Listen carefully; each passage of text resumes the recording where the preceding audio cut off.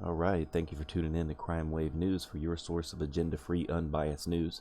Breaking news today is the Trump White House Coronavirus Task Force gets ready to give us a live press briefing.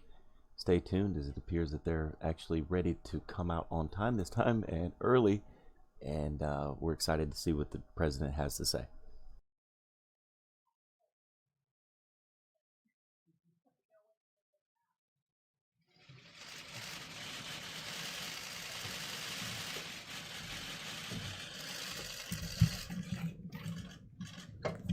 Thank you very much, everybody, and good afternoon. Today is Good Friday, and this Sunday, millions of Christians celebrate Easter and the resurrection of Jesus Christ. At this holy time, we pray that God will heal the sick and comfort the heartbroken and bless our heroes.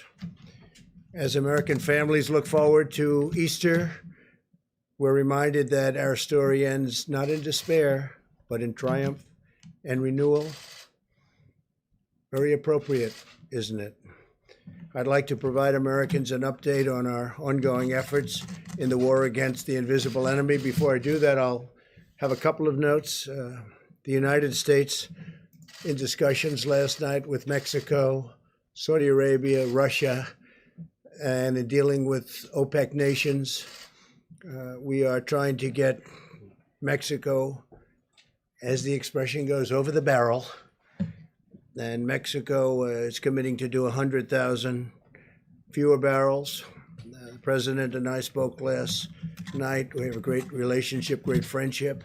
They're helping us very much at the border. They have 27,000 soldiers, Mexican soldiers, on our border right now, stopping people from coming into our country as our wall goes up. We're up to about 168 miles of wall. And in speaking with the president, they have a limit. The OPEC nations have agreed to a different limit, reduction of about 23%. So what I thought I would do, and I don't know that it's going to be accepted, we'll find out. The United States will help Mexico along, and they'll reimburse us sometime at a later date when they're prepared to do so. And we had a great conversation, but we'll find out how that all works out. As you know, they're trying to get rid of the glut of oil. There's a tremendous glut of oil, and we don't want anything to hurt our incredible industry. We're actually the largest producer in the world now.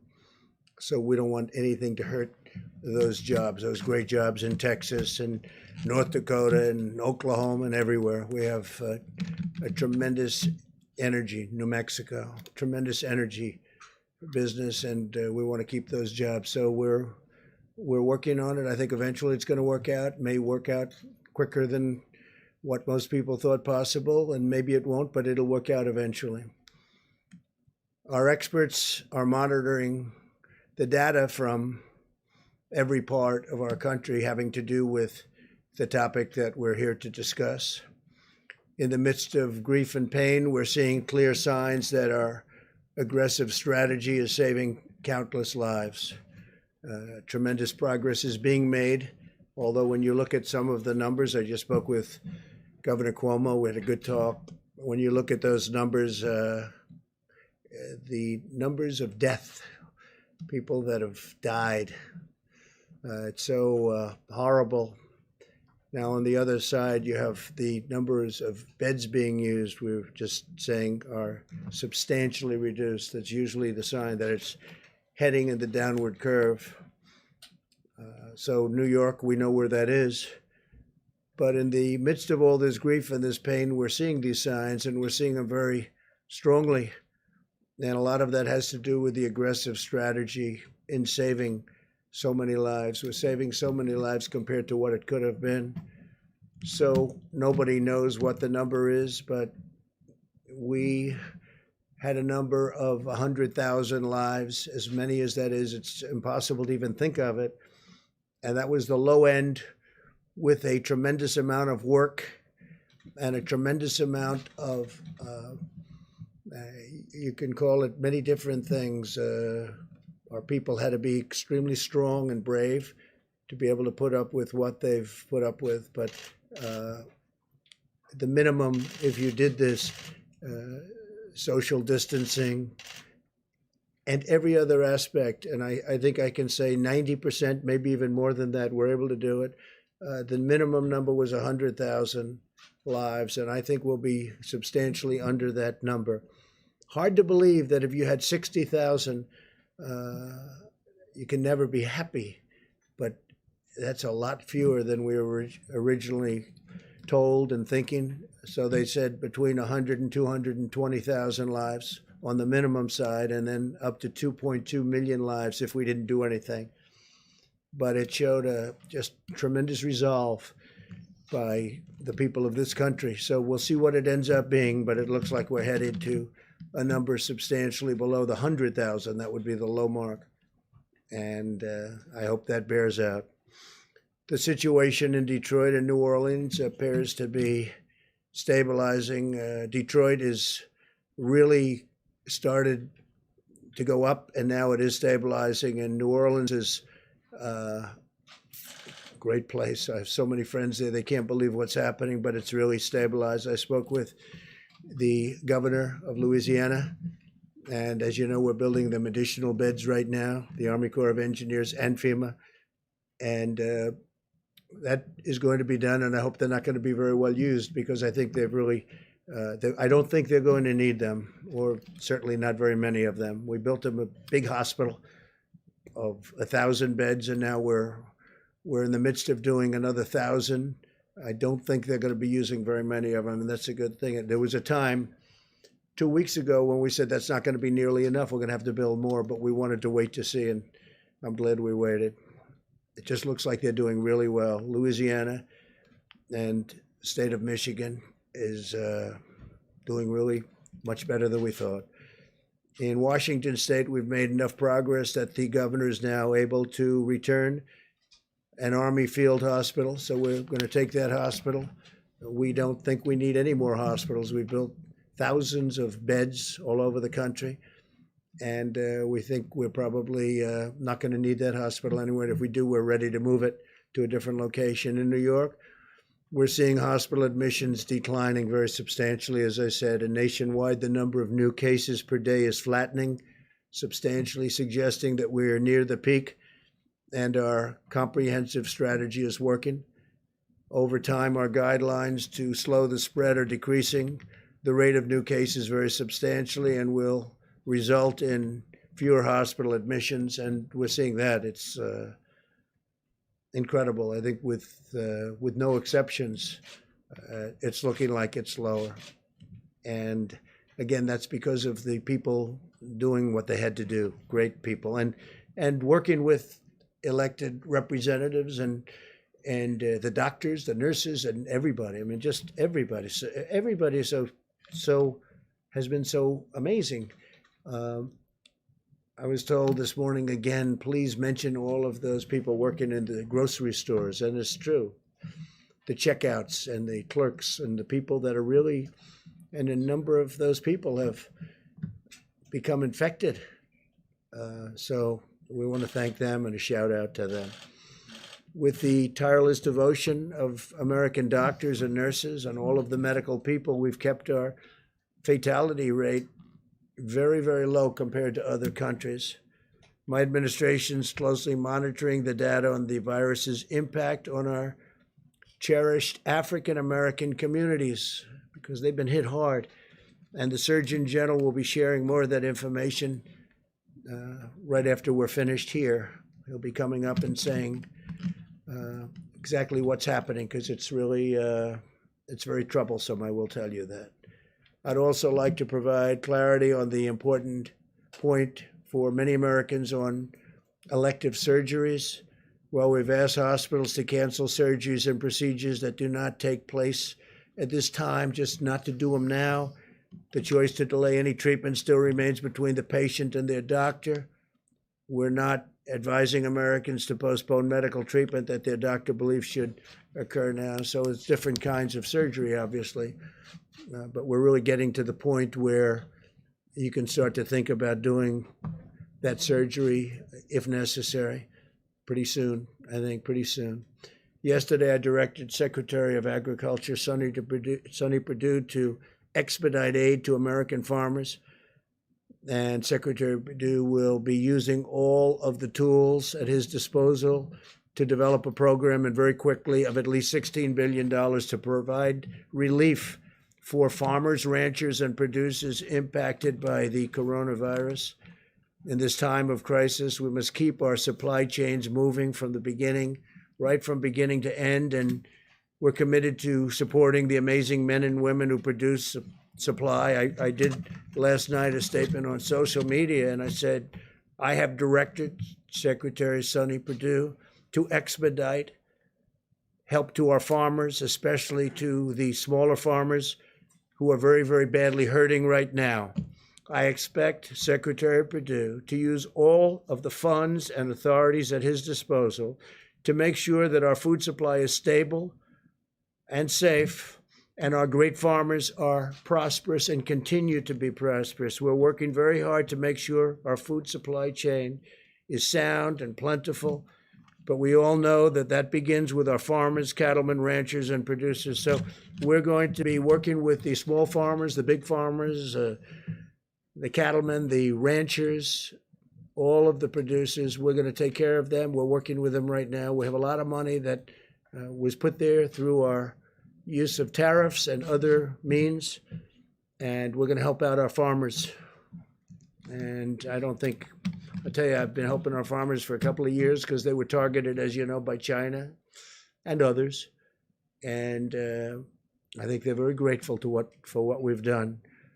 On the medical front, the FDA has issued 47 emergency use authorizations for advancements in testing, new ventilator designs, innovations in personal protective equipment, and experimental medicines. And Dr. Hahn's going to be talking about that. We've cut through the red tape to give doctors and patients unprecedented freedom to make their own healthcare decisions, granting access to potential therapies and drugs. Since Monday, we've deployed 2 major shipments of hydroxychloroquine from our national stockpile. It's going to various cities. And we are also disposing and getting, as quickly as we can, portions of it to the Department of Veterans Affairs and the Department of Defense. And speaking of the Department of Defense, they're going to be sending us 10 million N95 masks that they had. And we're in great shape in every way. We're in great shape with ventilators. We're in great shape with protective clothing. We have additional plane loads coming in, but we're not getting any calls from governors at this moment. I can speak, I think, for Vice President Pence. He'll be talking in a little while. We're getting very few calls from governors or anybody else needing anything. They're in great shape for the surge that's coming in certain areas in particular. And that's a good job. You've done a great job on that, Mike. Really a great job. I appreciate it. The whole country appreciates it. More than 2 million coronavirus tests have now been completed, and we're conducting approximately 100,000 more every day. We're also working to bring blood-based serology tests to the market as quickly as possible so that Americans can determine whether or not they have already had the virus and potentially have immunity. They have immunity if they've had the virus. A lot of them don't even know if they've had it. Sometimes it's brutal. You see the prime minister, who seems to be doing well now, I hope. He had a rough go of it and still is, but he's doing better. And then some people don't even know they had it. It could be sniffles. It could be they don't feel perfect, but they've had it. And they're the lucky ones. The NIH, CDC, and FDA are currently validating these antibody tests to ensure that they're accurate, and they're doing that at breakneck speed. I think we can say that, Doctor, and we're going to get them approved very quickly. Dr. Hahn. When validated, we're confident that the production will scale up to tens of millions of tests very quickly. We're leading the world now in testing by far, and we're going to keep it that way. Other countries are coming to us, and they're wanting to know about our tests, and can they buy the tests, and can they do whatever they have to do to get the tests, and we're going to make that very soon. We'll be in a position to make that possible because it's important for them to have it.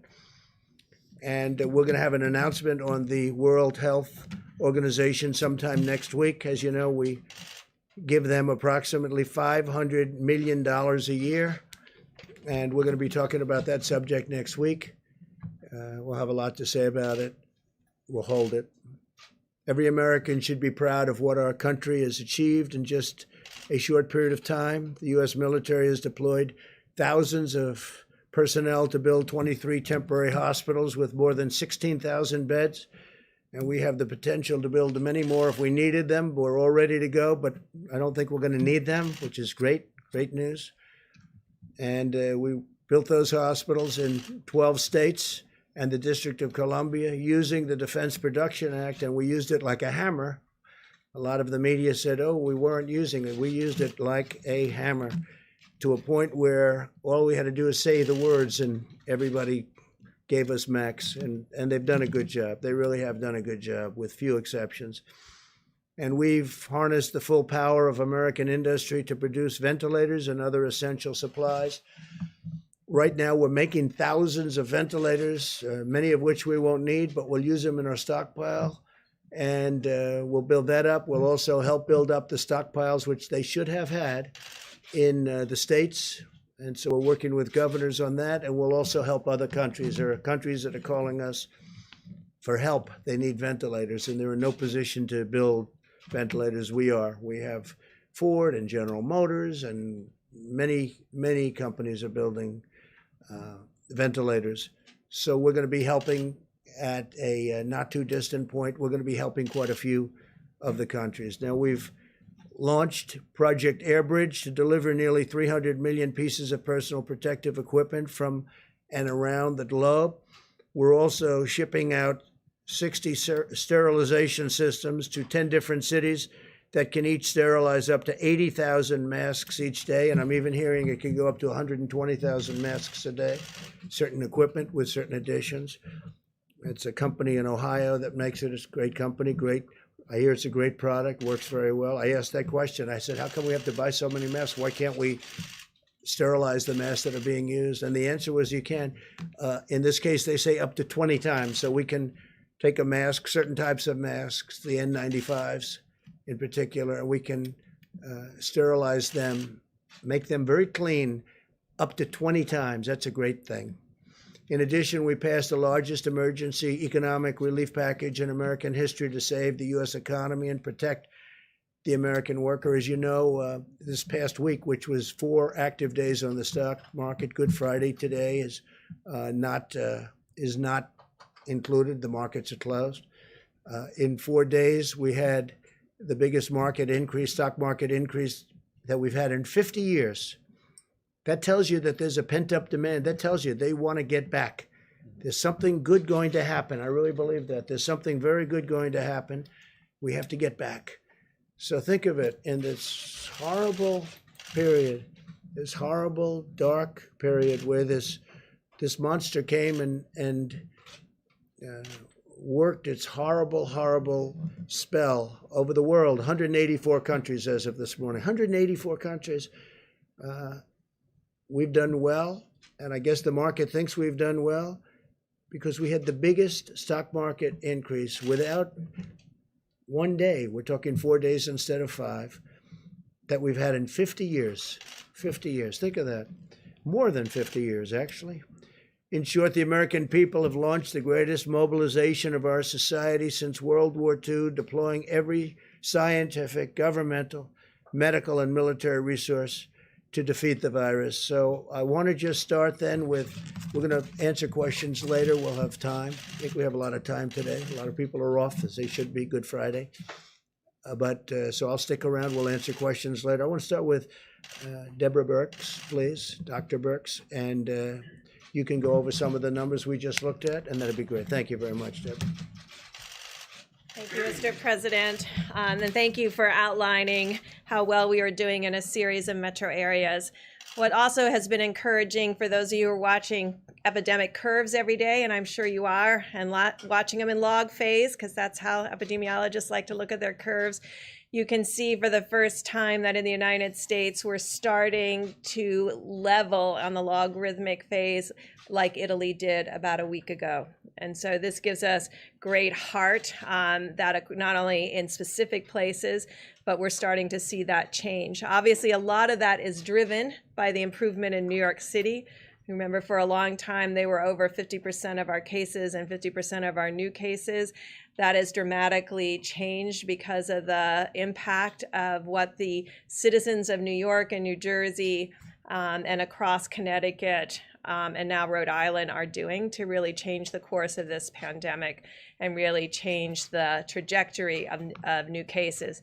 We're seeing that what many states and metro areas were experienced as twofold and fourfold increases that went to twofold, that now those are going to 8 days between the doubling rate. Watching this every day gives us hope across these metro areas from New York and New Jersey and all through Denver and of course through New Orleans. We still see cases occurring in the Boston area and in Chicago, but their rate of increase seems to be stabilizing. And we really want to call out the work of the mayors of Baltimore and the district and Philadelphia, who have really brought all of their health experts together and working with their communities are starting to really change the curves in those areas. What we're seeing is we're united in social distancing. And that's been very encouraging to all of us. And it should be encouraging to the healthcare providers that are on the front line, many of which are serving our Americans with such dignity and respect and ensuring that everybody gets optimal care. And as the president noted, our mortality in the United States is significantly less than many of the other countries when you correct them for our population. And that is really solely the work of our frontline healthcare providers. And so working with, you can really, hopefully you get the theme today that we are incredibly proud of our public health leaders at the city level, at the state level, at the federal level, who are working together to really change the course of this pandemic, working with their citizens and their communities to make these changes. And the American public who have really taken all of this to heart and stayed home. I know last week we really asked a lot of people in the Washington and Baltimore area to consolidate, not go out frequently to grocery stores or pharmacies. You can really see that that's having a huge impact. So it's really about the encouraging signs that we see, but as encouraging as they are, we have not reached the peak. And so every day we need to continue to do what we did yesterday and the week before and the week before that, because that's what in the end is going to take us up across the peak and down the other side. We continue to really applaud the work of California and Washington State and Oregon. We're learning from all three of those states, from their public health officials, about how they were able to keep the virus from ever becoming logarithmic. And I think that's an important lesson for all of us on how they did that, what the timing was in case we ever have to face this issue in the future. Thank you, Mr. President. Thank you very much, Deborah. Tony, down here, please. Thank you very much, Mr. President. So again, just keeping on the theme that Dr. Birx had mentioned, this is the end of the week, that famous week that we spoke about last weekend, in which what actually was predicted to happened. We're starting to see the leveling off and the coming down that Dr. Birx had mentioned. But it's important to remember that this is not the time to feel that since we have made such important advance in the sense of success of the mitigation, that we need to be pulling back at all. I was actually hearkened by the fact that we've been talking about the New York, New Jersey, New Orleans, and other areas where they have really big spikes. But there's other parts of the country, in the middle parts of the country, where they're concerned to make sure they don't get those spikes. And I really want to salute the governors of states throughout the entire United States, but particularly in the central part of the country, because the governors obviously see us in these press conferences. And I've had calls over the last several days from several of the governors, from Nebraska, Iowa, South Dakota, Utah. Just about an hour and a half ago, I spoke with the governors of Arkansas and Wyoming, who are really committed to make sure that they don't get into the situation where they're going to have spikes in their state. And they're doing the kinds of things that they don't get recognized because people don't talk about them much, But we have a big country. We have 50 states, and it's not only the big cities. So if we're going to pull out of this, we're going to pull out of it in the big cities, and we're going to pull out of it in those areas that aren't as densely populated.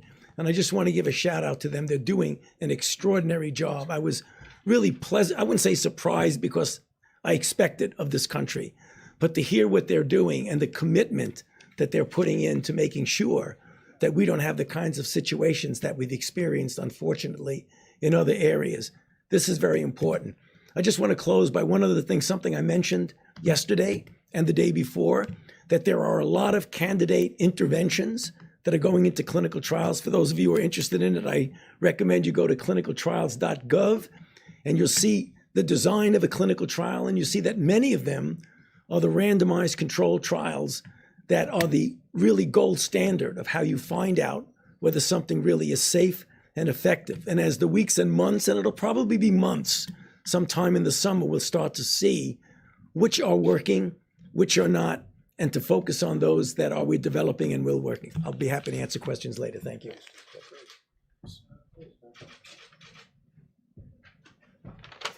Thank you, Mr. President.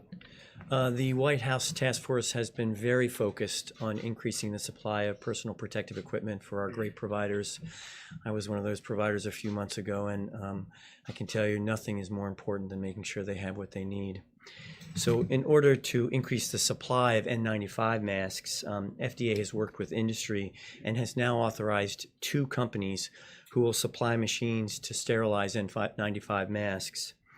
Admiral Polovchek and FEMA are purchasing on behalf of U.S. government 60 sterilization machines, as mentioned by the President, and they will be positioned around the country to increase the amount of supply of N95 masks. Each machine will be able to sterilize 80,000 N95 masks per day, and we hope to actually increase that further. The Vice President and the White House Task Force challenged us yesterday, and we responded as a team. FDA issued revised guidance regarding the laundering of gowns, because gowns are another issue in terms of supply that we're looking forward on. This is not something that normally happens around the country, but issued this guidance. It's on our website now at FDA. So there's information about how hospitals can do that to increase the supply. We've heard concerns that maybe hospitals might not want to do that because of regulations, and I can happy to tell you that Administrator Verma and I have worked on this. Certified providers and suppliers who follow FDA guidance as posted on the website will be compliant with Medicare and Medicaid requirements. And then finally, last week, FDA provided guidance to manufacturers on manufacturing specifications for cloth gowns. This is another attempt to increase the number of gowns. Typically, it's plastic or other types of materials. And this guidance, if followed, can be used by manufacturers to actually make these gowns, and no further regulatory red tape will be necessary. They can go into circulation. Thank you. Thank you very much. Thank you, Mr. President. Good afternoon, everyone. I started off the week talking about the challenges that lie ahead, and I want to finish the week just by reiterating what you've heard. Mitigation works. It definitively and quantitatively is working, and I want to say thank you to America for your efforts to help flatten the curve and to save lives.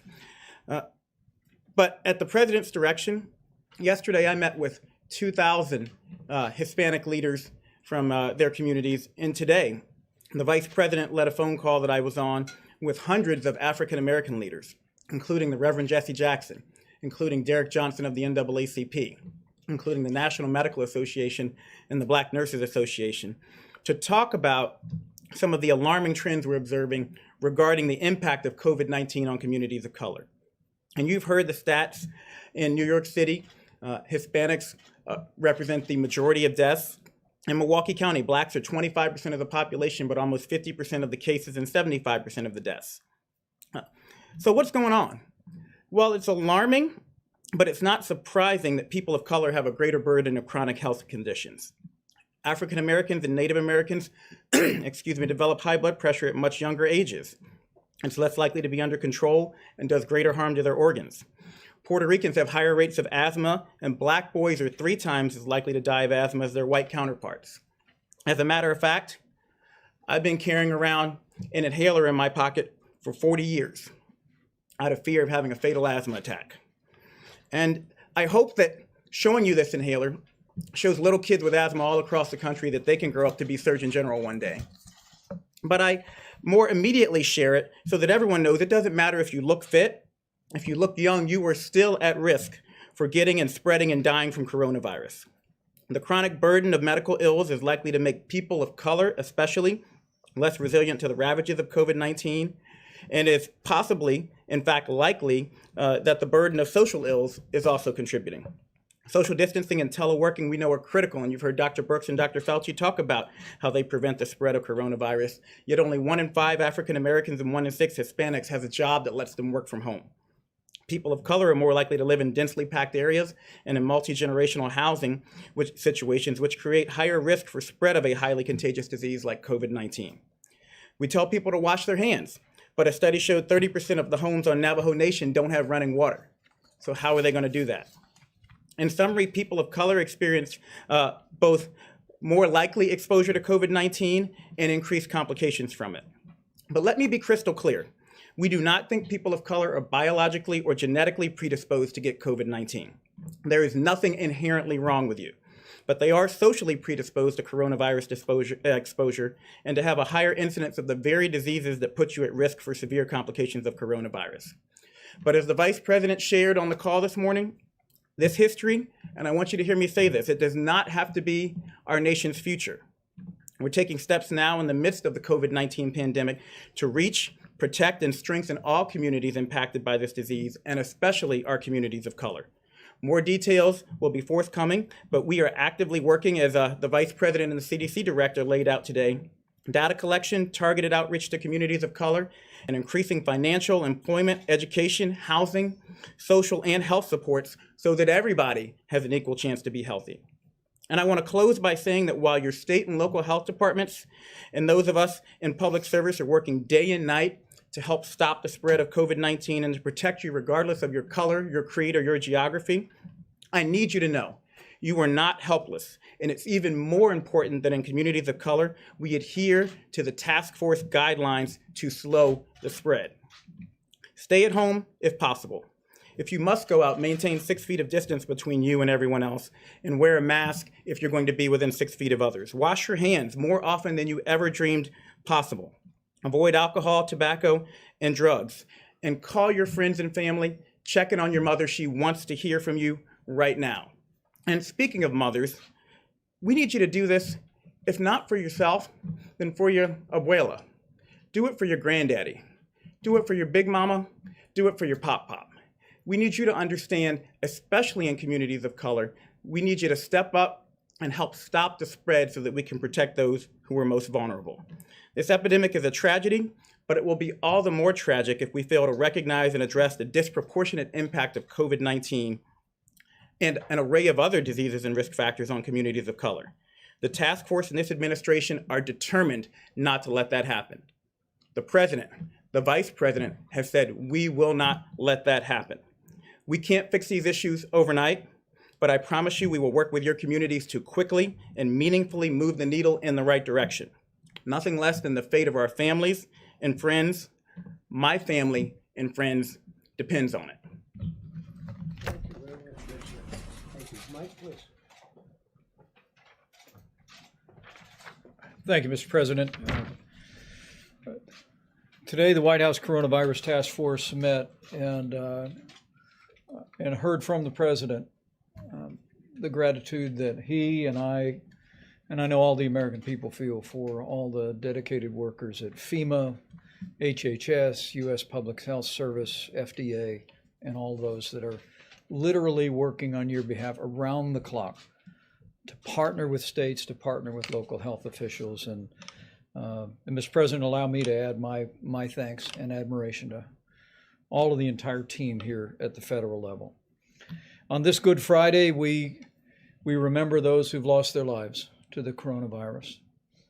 We remember their families, our dedicated healthcare workers, and our first responders. And we do well on this special day for Christians across this country to remember them in our prayers. But as you just heard from Dr. Birx and from the experts, it's also a good day to remember that Good Friday is always followed by Easter Sunday. And there is hope. There is hope in this moment that thanks to what the American people are doing every day, adhering to the president's coronavirus guidelines for America, thanks to the fact that Americans are listening to state and local leaders and putting the health of their family members and neighbors first. We're getting there, America. We're making progress. But it's imperative that we all continue to implement all of the guidance in the 30 days to slow the spread.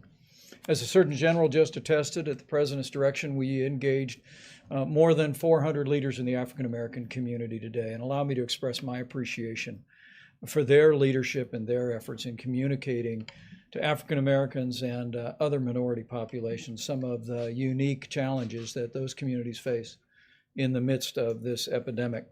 And the CDC, as the Surgeon General said, is working on not only studying the issue, but very rapidly issuing new guidance. And we'll be communicating that new guidance to all of those great leaders. On the subject of testing and supplies, the President gave a great amount of detail. More than 2.1 million tests have been performed, and we continue to work very, very closely with FDA and suppliers around the country to expand the ability of testing. And you just heard Dr. Hahn reflect on the fact that very soon we will have an antibody test that Americans will be able to take to determine whether they ever had the coronavirus. I spoke today to the governor of Colorado, Jared Polis. We've been in contact with Senator Cory Gardner about an outbreak at a particular meatpacking facility in the Colorado area. And at this time, our team is working with the governor and working with the senator to ensure that we flow testing resources. At this point, there are some 14 people hospitalized, maybe 200 to 300 of the workforce have been impacted, and we spoke about providing those resources this weekend. I want to encourage people in Colorado that we will work to support that effort, but I also want to emphasize that all of the people that are working in food supply, from farmers to meat packers to distributors to truckers to grocers, continue to have our gratitude, as President Trump said just a few moments ago. On supplies, more than $5 billion have been obligated to the states. 29,600 National Guard have been activated. And at the President's direction, more than 4,700 active duty military personnel have been deployed, medical military personnel in 9 states, focusing on the areas of most significant epidemic. Air Bridge, 26 flights have been completed. 4 flights are scheduled to arrive today, bringing 250,000 gowns, 25 million pairs of gloves. 54 more flights are scheduled, literally bringing in supplies from around the world. Finally, let me say, as we go into this very special weekend, into Easter services, I know I speak on behalf of the President when I say how grateful we are to all of the churches that have been there, and their ministries have been working under great difficulty to continue to provide for the needs of your members. There have been food drives, there have been phone calls, and ministry has continued, and we are grateful for the role on this Holy Week that our churches, our synagogues, and all of our houses of worship have played. On their behalf, allow me to remind you that even if you're not in the pew this Easter Sunday, if you are able, it's still a good idea to give, because those ministries continue to go forward, and we encourage you. We encourage you to continue to support them. We also want to say very respectfully to all the church communities around this country and all the places of worship to continue to heed the guidelines issued in the President's coronavirus guidelines for America. We know it's difficult in this time of year, particularly, Mr. President, to avoid gatherings of more than 10, but we're grateful that so many churches, synagogues, and places of worship have done just that, and we urge you to continue to do it. And to my Christian brothers and sisters across the country, let me encourage you with the words. We should all remember that Jesus said, wherever 2 or more are gathered, there he is also. And so you can worship, you can celebrate Easter, and know that you'll be blessed in so doing, and you'll be serving the nation. Thank you, Mr. President. Great job. Thank you. Okay, it's Good Friday. Let's be nice. Okay, let's be real nice. Yeah, please go ahead. Thanks, Mr. President. Can you clarify a little bit what the U.S. offered to Mexico in order to agree to that oil deal? And then also go into detail about what you spoke about on oil with President Putin this morning. So all of the OPEC nations met, and others, and they're all agreeing to cut back because there's a tremendous glut. We're filling up our strategic reserves. We don't even have room to store it.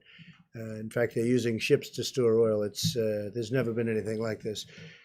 It was being overproduced to start off with, and then you had the virus, and that took off 40% right there. So we have there's a lot of oil like nobody's ever seen before. It's good in many ways, and depending on where you are, who you are, it's bad.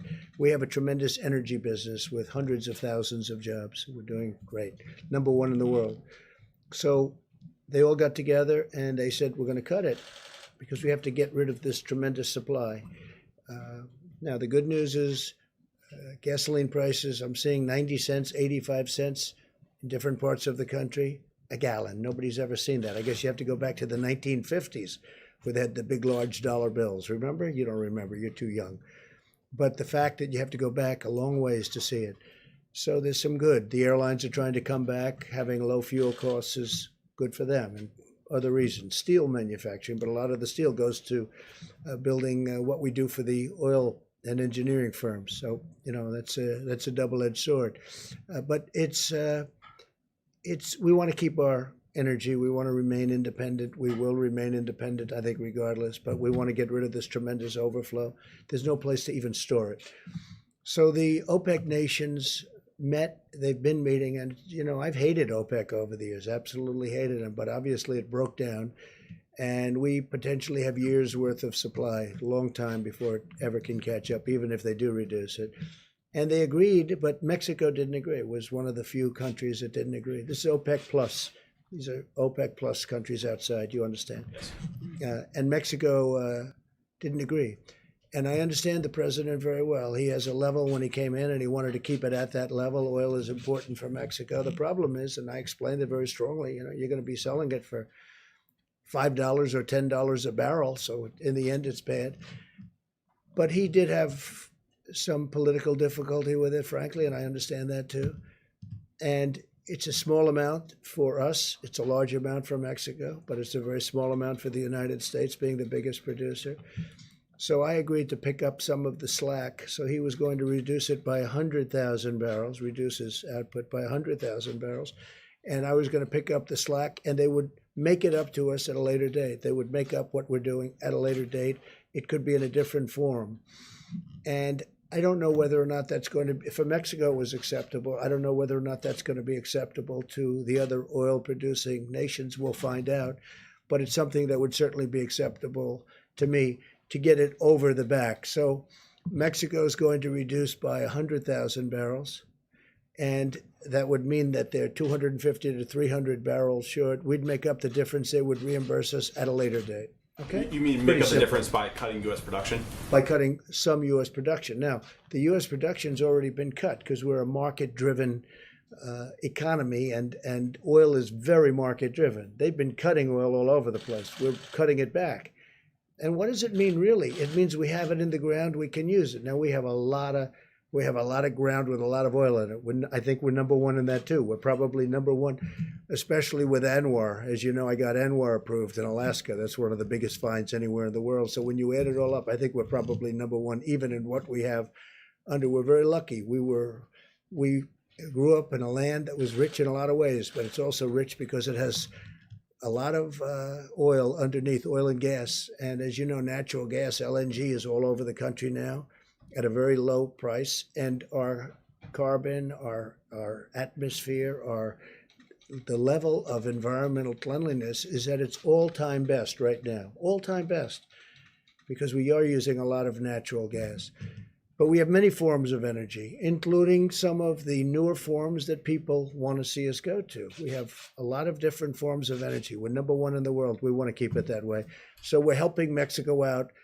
We will be reimbursed in a form sometime in the future. Mr. President, I will ask you about the new federal projections in a moment, but first, today you tweeted the invisible enemy will soon be in full retreat. Given it's invisible without widespread testing, How would you know? Well, I think that we're going to have it in retreat. Will it be today? No. Tomorrow? No. But it will be at a certain point in the not too distant future. It will be gone. And how do you do that without the widespread testing? Specifically, my Oh, question. we'll know because people aren't going to go to the hospital. People aren't going to get sick. You're going to know that with that. But we're going to do very substantial testing. We're doing more testing right now than any other country in the world by far. Still fewer And if than you'd like to 1% have of our that question population. answered, I'll have the professional answer it. Deborah, perhaps you could come up.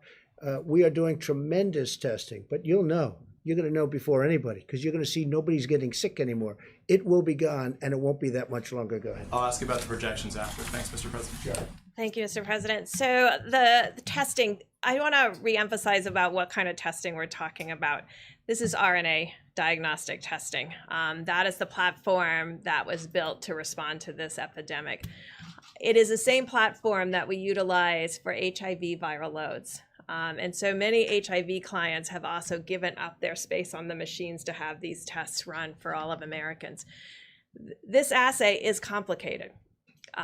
It's not like an assay that you have for your other diseases, your strep test or other diseases like that. This is a very complicated assay that requires a lot of technical oversight, and it's part of the reason why not all 100% our machines are running at full capacity, but we had great discussion with the lab directors about that. Every day more are brought online, and so, but I think we have to create expectations of what the daily test rates will be. Last year, we probably did 3 million HIV viral loads or 4 million HIV viral loads as a country. We've done over almost 2.2 million in 4 weeks. So this is unprecedented in what we have to do. I think that's why we're working very hard for 2 pieces. And I want to make sure that people understand testing is just part of our strategy. The other part of the strategy has to be this syndromic and influenza-like illness where there's an alert to an illness. And so that we're surveying where we know the most vulnerable cases have appeared. And the great call that I had with the mayors and with the health officials yesterday and mayors today, a lot of the rural areas, their primary, and as it was in Washington and California, was at the nursing homes. So the issue is to build a testing strategy that speaks to our strengths, of laser focusing a strategic approach to testing when we know what our volumes are, and they increase every day, but we have to be realistic about what the volumes will be a week, 2 weeks, 3 weeks from now, and combine that with strategic surveillance so that we're testing symptomatic people and their contacts very quickly to go back to contact tracing, utilizing our complete strategy. And I think we're very much interested, and it's why the president 3 weeks ago really put us on getting an antibody test. And I think I called from the podium for our university colleagues and hospitals to begin an ELISA-based test because that's a blood draw, but we really wanted a finger prick to make it easy and deployable. That's what's being worked on now. Of course, we don't want to promise until we have it, because I think we deserve that. The American people deserve that, to have a test that is efficient to let people know who's been positive for immunity. That's critical to epidemiologists and public health officials to know what the penetrance of a virus was into a community when all you're seeing are the serious cases and testing the most symptomatic. And so that's a question that we still have. Is this the tip of the iceberg, or is this half the iceberg or 3/4 of the iceberg, what we have seen to date? And we have, I just want to complete the thought by saying, in the areas where we had an outbreak, these large metros, Louisiana, Denver, Detroit, Chicago, New York, New Jersey, but per capita, we've done more tests than any other place in the world. That was intentional. We focused the test where the need was the greatest and the burden of disease the greatest. And now we're trying to really see how strategically that very valuable resource can be utilized around the countries to create a mosaic of testing combined with surveillance. Can I ask you about the new federal projections? There's new reporting today. The new federal projections suggest lifting. I'd like to ask you. I'd like to ask you, if I can, about the new federal projections that suggest lifting the 30-day shelter-in-place orders would lead to a spike in infections. Have you seen those new projections from your Department of Homeland Security and HHS, I first have of all? not. When did they say this would take place? When? They said that it would take place if the 30-day shelter in place were to be removed. There are three different We'll examples. talk about that. Doctor, would you like to talk Does that about it? impact your thinking, though, that those... I haven't. They haven't seen it. I guess you're seeing. I guess they leaked it to NBC. Huh? They didn't leak it to us. It's being reported by Nobody's others. seen it, and they're the ones that do it. It's your So administration, so I asked. It's from the HHS and DOJ. Yeah, But I'll circle back. we'll and say- find out about it. They don't know about it. So in You want to terms, say something, Seneca? First of all, Peter, I haven't seen that, so I can't quote on that. New York But Times just yeah, reported within the that's last okay. I still haven't seen it. I've been in here all day. I'm just saying what it's to be. I'm just telling you what I know. So what I think that they're talking about is that whenever you pull back, you would expect that you might start seeing cases. And what we've been talking about, what Dr. Birx has just mentioned, is that when you see that, that's where you want your resources to be able to very efficiently, in real time, identify, isolate, and contact trace. So don't let anyone get any false ideas that when we decide at a proper time when we're going to be relaxing some of the restrictions, there's no doubt you're going to see cases. I would be so surprised if we did not see cases. The question is how you respond to them. I think that's what they were referring to. I guess the question, Mr. President, should Americans have to decide between staying healthy and going back to work? Look, I think we're going to do both. We're going to go back to work, and we're going to stay healthy. And staying healthy is also a proportion. If you look at what we're doing, we're looking at a date. We hope we're going to be able to fulfill a certain date, but we're not doing anything until we know that this country is going to be healthy. We don't want to go back and start doing it over again, even though it would be in a smaller scale. Yeah, Jeff, go ahead. Thank you. So just a follow-up on the oil question. The president of Mexico said that you had agreed that the U.S. would cut production by 250,000 barrels per day. Is that what you agreed to? Yes, we would, which we've already done, by the way, but we would agree to a reduction cut. They would agree to do something to compensate us in the future. Okay? Do you make any assurances to Saudi Arabia that you, the United States, would not bail out oil drillers here? We didn't discuss that with Saudi Arabia. We just discussed the numbers, and we discussed who's opposed and who's not. And pretty much everybody is in favor of it because they're getting clobbered. They're all getting clobbered. All of those countries are having problems. If you look at Saudi Arabia, that's their source of income, primary source of income by far. So they want to do it. Russia wants to do it. The OPEC nations want to do it. They all want to do it. So we'll see what happens. There's a difference between wanting to do it and doing it. Yeah, go ahead. OAN in the back. Thank you, Mr. President. This is a national security question back to Venezuela and China. Venezuela, this morning. go ahead. Your administration has placed a $15 million bounty on Venezuela's Nicolas Maduro. And we have news this morning that President Xi is talking with Nicolas Maduro, expressing his financial support for Maduro. So 2 questions. 1, have you discussed with Dr. Xi, or President Xi, the U.S. policy on Maduro? And 2, how does this affect U.S. policy with regards to its war on anti-narcotics? We will not be happy if that takes place. I have not spoken to President Xi of China about Venezuela, about that aspect of Venezuela. But if that took place, we will not be happy. Okay? I will not be happy. Are you concerned that he's opening up I'm another concerned financial about avenue? everything. I'm concerned about everything. That's why I don't sleep a lot. I get myself concerned about everything, but I would not be happy about that. Go ahead. Mr. President, getting back to Peter's question, a variation of that question, your doctors who are gathered here seem to be in doubt as to whether or not the country can reopen on May the 1st. If they come to you before May the 1st and say the country is not ready, or huge parts of the country are not ready to reopen on May the 1st, will you listen to them? I listen to them about everything. I think they're actually surprised. I have great respect for these people, all of them. You that look, recommendation and in others particular, that are that- working with us. I have great respect for this group. In fact, I told Tony Fauci, I said, why don't you move to New York, run against AOC? You will win easily. But he decided that he's not going to do that. Okay.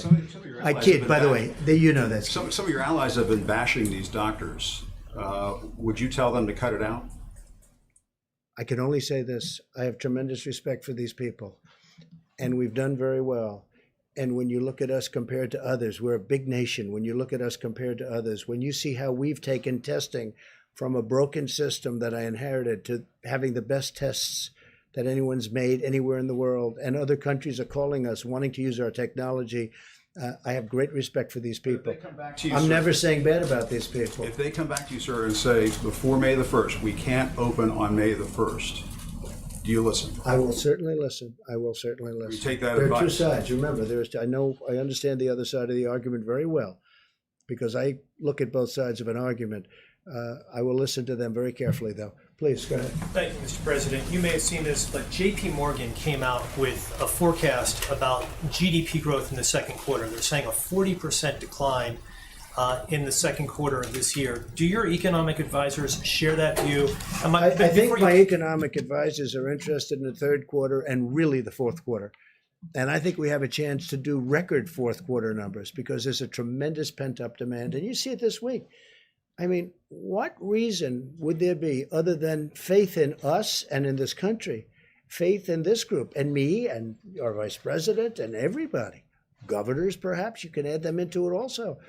What reason would there be for, in a shortened week, 4 days instead of 5, to have the biggest stock market gain in over 50 years? So I think that, to me, there's a sign. Hey, look, with all we've been down, I mean, we've never been hit. I don't know, has this country ever been hit like this? Probably not. 1917, but that was different, and it was a different time. And frankly, Europe took the brunt of it. We didn't, but it was a terrible time also. But probably never been hit like this, right? Somebody was saying, in fact, I was speaking with Governor Cuomo about it because we were in New York City, a place we love, New York State, with the World Trade Center.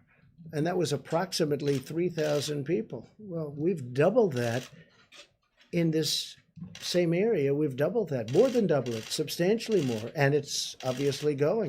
We had our highest number yesterday and the day before. Okay, with all of this news, what would lead you to believe that we're going to have the best stock market week, shortened week, in 50 years? Almost broke the all-time record. You know what that is? That's a pent-up demand. Now, that's my opinion. The other thing is we're doing tremendous stimulus plans. And despite what you're reading, there's back and forth, but we are getting along with the Democrats. They want to see something happen. We have to help our workers. We have to help our small businesses. We have to help our restaurants. I think deductibility will be great for entertainment, restaurants, all of that.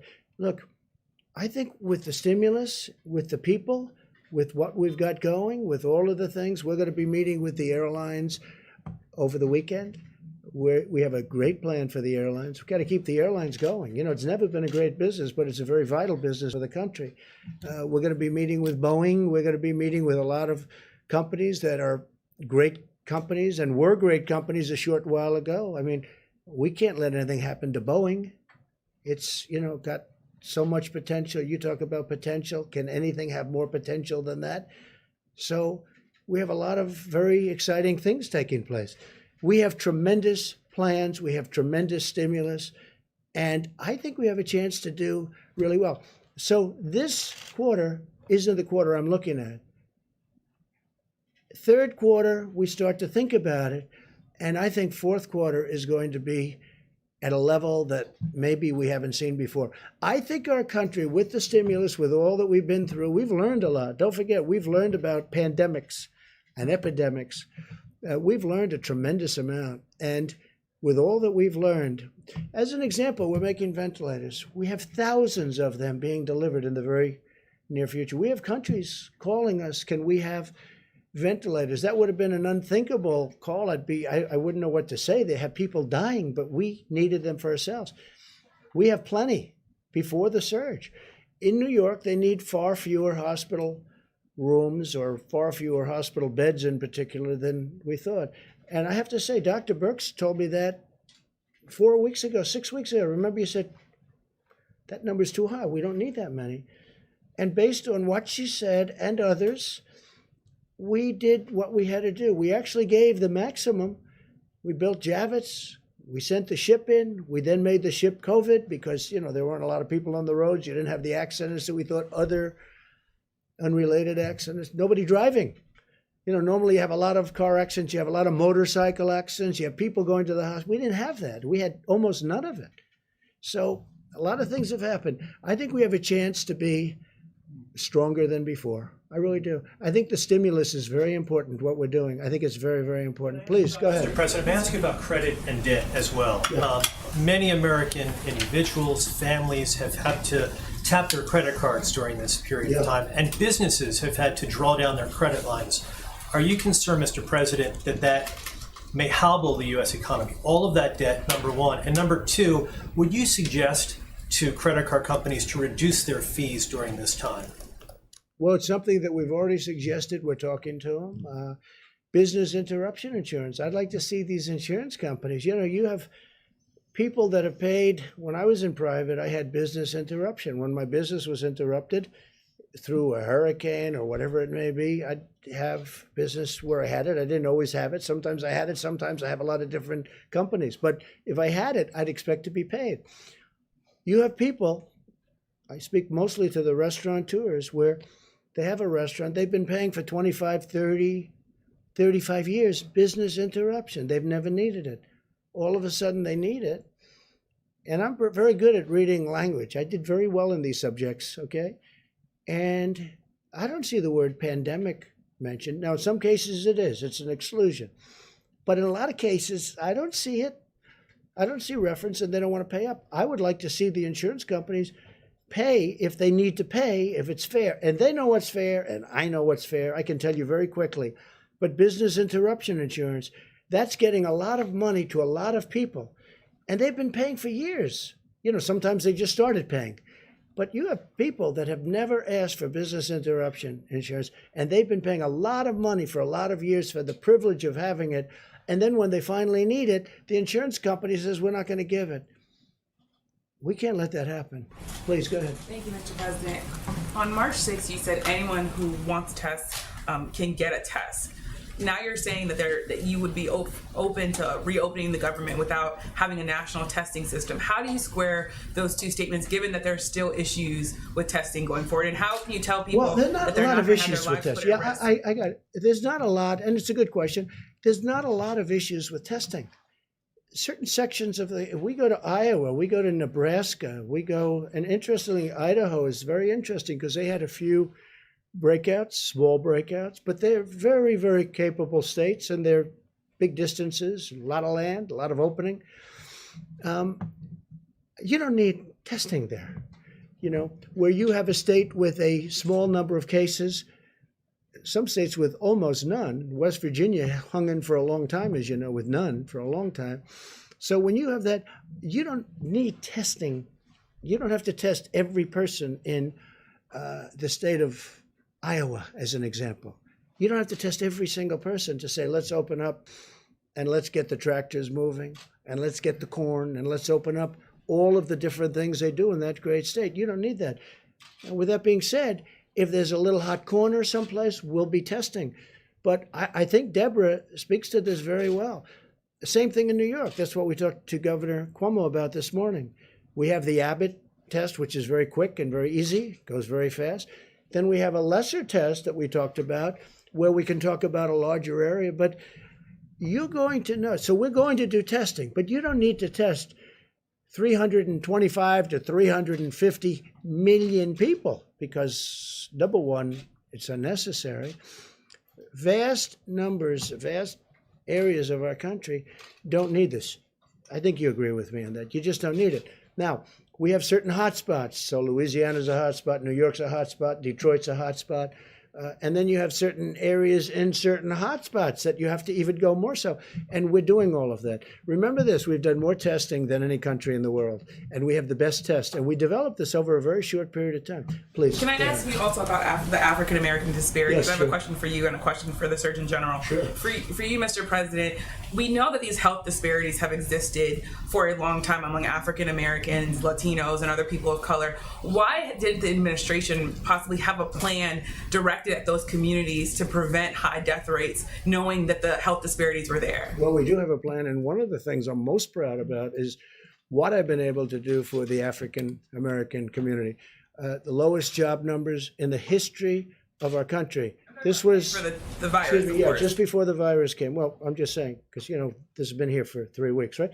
So just before, African American community had the lowest unemployment, the best employment numbers. More African American people and communities have been thriving.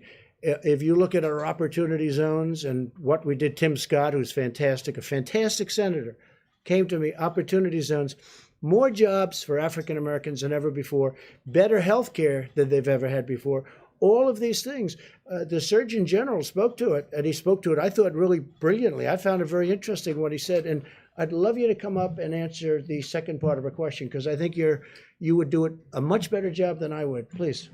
Thank you, Mr. Surgeon General. Thank you very much. Thank you. I have a quick question for you. You said that African Americans and Latinos should avoid alcohol, drugs, and tobacco. You also said do it for your abuela, do it for Big Mama and Pop Pop. There are some people already there are some people online that are already offended by that language and the idea that you're saying behaviors might be leading to these high death rates. Could you talk about whether or not could you, I guess, have a response for people who might be offended by the language that you used? Well, I use that language because that's the language. I've been meeting with the NAACP, with the National Medical Association, with others. I actually talked with Derek Johnson multiple times this week, the head of the NAACP, and we need targeted outreach to the African American community. And I use the language that is used in my family. I have a Puerto Rican brother-in-law. I call my granddaddy, granddaddy. I have relatives who call their grandparents Big Mama. So that was not meant to be offensive. That's the language that we use and that I use, and we need to continue to target our outreach to those communities. It is critically important that they understand it's not just about them. And I was very clear about that. It's not just about what you do, but you also are not helpless. We need to do our part at the federal level. We need people to do their parts at the state level, and we need everyone, black, brown, white, whatever color you are, to follow the president's guidelines, the coronavirus guidelines, and do their part. Because when I talked to the NAACP 3 weeks ago, it's important to note that one of the things they asked me was, can you help dispel the myths in this community that people actually can't get coronavirus if they're black? That was a myth that was out there that's actually very important for us to squash here. And that all Americans avoid tobacco, alcohol, and drug use at this time? Absolutely. It's especially important for people who are at risk and with comorbidities, but yes, all Americans. So thank you, and I will clarify that. All Americans need to avoid these substances at all times. I put out a smoking cessation report in January. I put out an advisory against youth and pregnant women using marijuana last year, and that was not directed towards any one race. That's everybody needs to do everything they can to be as healthy as possible at this critical time. Dr. Fauci, would you add anything? Yeah, I think you said it perfectly, Jerome. Thank you. Would you like to add anything to it? Because you are really, you expressed it very beautifully before. No, I mean, Jerome, you did it beautifully. I can't do it any better than that. And I know Jerome personally, and I can just testify that he made not even a hint of being offensive at all with that comment. I thought that was appropriate. Thanks. And I can tell you, Jerome has done a fantastic job. Our Surgeon General, I just hope nobody steals him and he goes to one of these big companies for a fortune. Don't leave us, right? Don't leave us, Jerome, please. He's doing a great, you are happy and you're doing a great job. And everybody tells me that too, so we appreciate it. Please. Thank you. So Google and Apple have announced that they are jointly enabling contact tracing on their mobile phone operating systems. And I was wondering if this is something that you would consider, or maybe the doctors Well, that's would consider. individual freedoms problems and a lot of other things. Is it something we're going to look at it, certainly, and we know they've done that, and it's it's very new technology. It's very interesting, but a lot of people worry about it in terms of a person's freedom. We're going to take a look at that, a very strong look at it. We'll let you know pretty soon. And I have another Brand question. new, yes, please.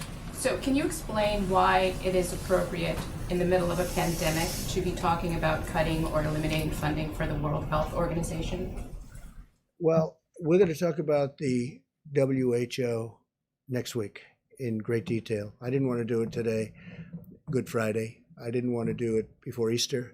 I also didn't want to do it before we have all the facts. But over the years, many years, we've been paying them from $300 to $500 and even more $1 million a year. China's been paying them less than 40 over the years. So we're paying them more than 10 times more than China. And they are very, very China-centric, as I said during the week, China-centric. China always seems to get the better of the argument. And I don't like that. I really don't like that. I don't think that's appropriate. I don't think it's fair to the American people. And, I tell that to President Xi. I tell that to Dr. Tedros. I spoke to him one time. I think he's a very nice man. I liked him. But we're going to be talking about that next week in great detail. We're looking at it very, very closely. We want to make sure money is properly spent. But again, why is the United States paying $500 million a year? It's a lot. And why is, that's a lot. And why is China paying this year, $42 million, but generally under 40? So it's in the 30s. So we're at 500, 452, 400, 401, different amounts, different years. And they're at 40, 38, 36, 35, 32, 31. No, but you have to ask yourself that question. And then the answer always turns out to be in China's favor. Well, I have the same thing with the world trade. Isn't it interesting? World trade. So we have World Health and we have World Trade. So we have the World Trade Organization. And until I came along, we were losing cases, so many cases, it was ridiculous. We were always losing these cases, almost every case. And now we're winning cases. We just won $7 billion because they know I'm not going to put up with it. China has been unbelievably taken advantage of us and other countries. For instance, they're considered a developing nation. I said, well, then make us a developing nation too. They get big advantages because they're a developing nation. India, a developing nation. The United States is the big developed nation. Well, we have plenty of development to do, okay? And now we're winning cases because they know that if we're not treated fairly, I'm going to pull out. Now, you never heard this before because nobody ever talked about the World Trade Organization, but the World Trade Organization has treated us very unfairly. But they know I'm not going to put up with it because all of these countries are taking advantage of the United States. Now, in the courts and the court system, we're not approving new judges over the last year and a half. We're not going to approve them. And Bob Lighthizer is working very hard on that. But we had always a minority position, meaning numbers of judges. So we'd have a minority number of judges. I said, how do you win with a minority number of judges? But all of a sudden we're winning. And the reason we're winning is they know if they don't treat us properly, and we won $7 billion just this very recently, and the money is pouring in. And we've won other cases too. We've won a lot of cases. But from covering it, I know you know that the United States was taken advantage of by the World Trade Organization. And by the way, speaking of China, if you look at the history of China, it was only since they went into the World Trade Organization that they became a rocket ship with their economy. They were flatlined for years and years, frankly, for many, many decades. And it was only when they came into the World Trade Organization that they became a rocket ship because they took advantage of all the rules. I'm not even blaming them. I'm saying, how stupid were the people that stood here and allowed it to happen? But we don't allow that to happen. And if they don't treat us fairly, we'll leave. But now we're starting to win cases. How about somebody new for a change? Come on, go ahead. President, as many schools and school districts are closing across the country, Florida Governor Ron DeSantis has not ruled out closing or opening out schools in May, saying that many kids are not vulnerable to this disease. Do you agree with that assessment? And do you believe that would you recommend that schools open up and to those states that have? Well, I have a lot of confidence in Ron DeSantis, a lot of faith in Ron DeSantis to make the right decision. He's doing a great job as governor. Ron DeSantis, I had read where he's thinking about opening up the schools earlier than the date, the end of the month. I'd have to look at the numbers. But again, I like to allow governors to make decisions without overruling them, because from a constitutional standpoint, that's the way it should be done.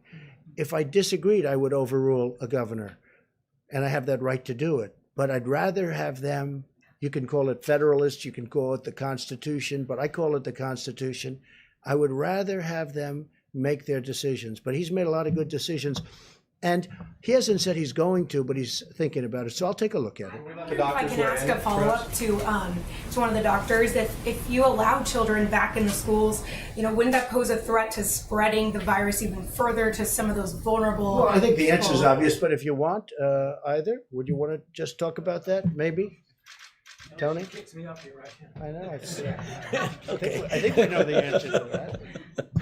Yeah, I mean, from pure public health issues is that if you have a situation in which you don't have a real good control over an outbreak and you allow children to gather together, they likely will get infected.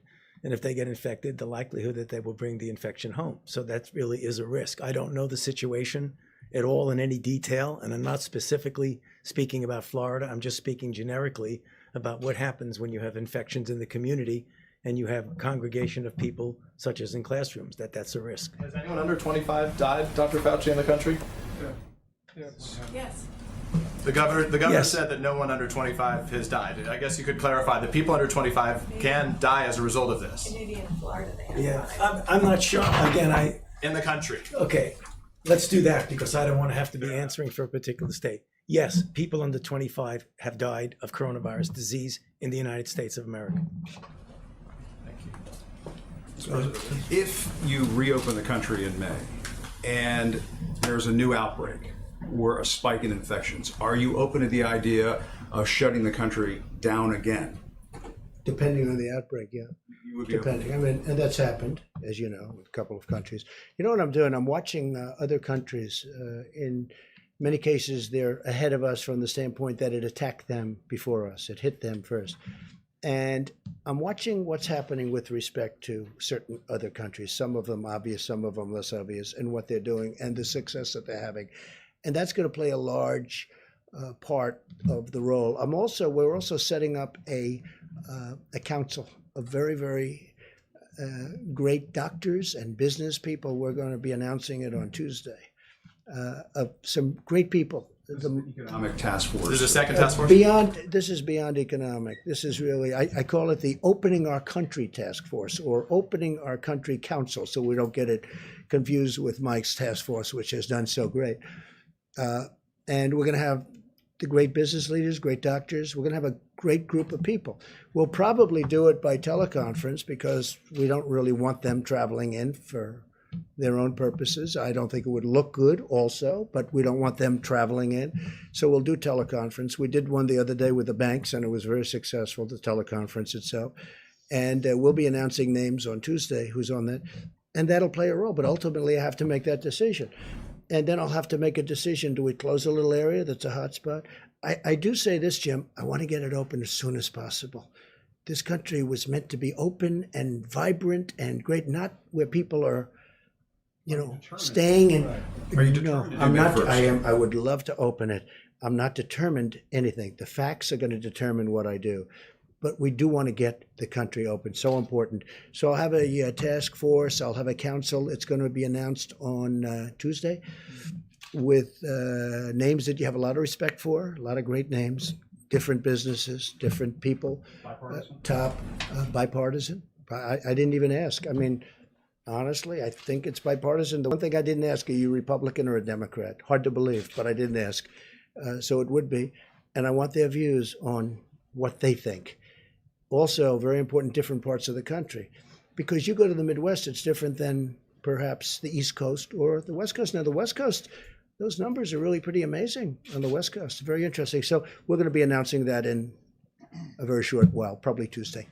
Go ahead, please. Thank you, Mr. President. Government officials in Latin American and Caribbean nations, Bahamas, Cayman Islands, have been saying that U.S. authorities are blocking the shipment of PPE in certain cases, and I'm wondering if you could speak to that as well. What they're doing, we have a tremendous force out there, naval force, and we're blocking the shipment of drugs. So maybe what they're doing is stopping ships that they want to look. We're not blocking. What we're doing is we're making sure we don't want drugs in our country. And especially with the over 160 miles of wall, it's getting very hard to get through the border. They used to drive right through the border like they owned it. And in a certain way, they did. They could drive right. They had human trafficking. All of a sudden, they have a powerful wall up.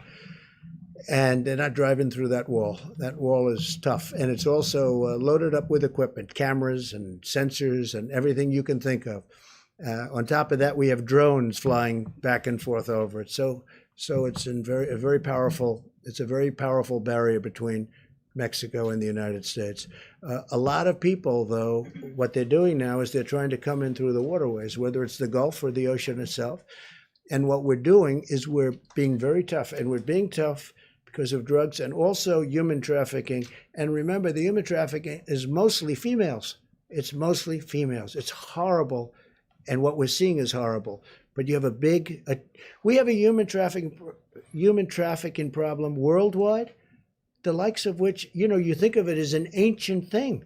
It's not ancient. It's bigger now than it's ever been before over the last 10 years because of the internet. The internet made human trafficking to the extent that it is now, which is massive. The internet made it so big. So we have a big naval force that's stopping. So maybe when you mention that, maybe their ships are getting caught, but we are stopping a lot of ships, and we're finding a lot of drugs. Yeah, please. Thank you, sir.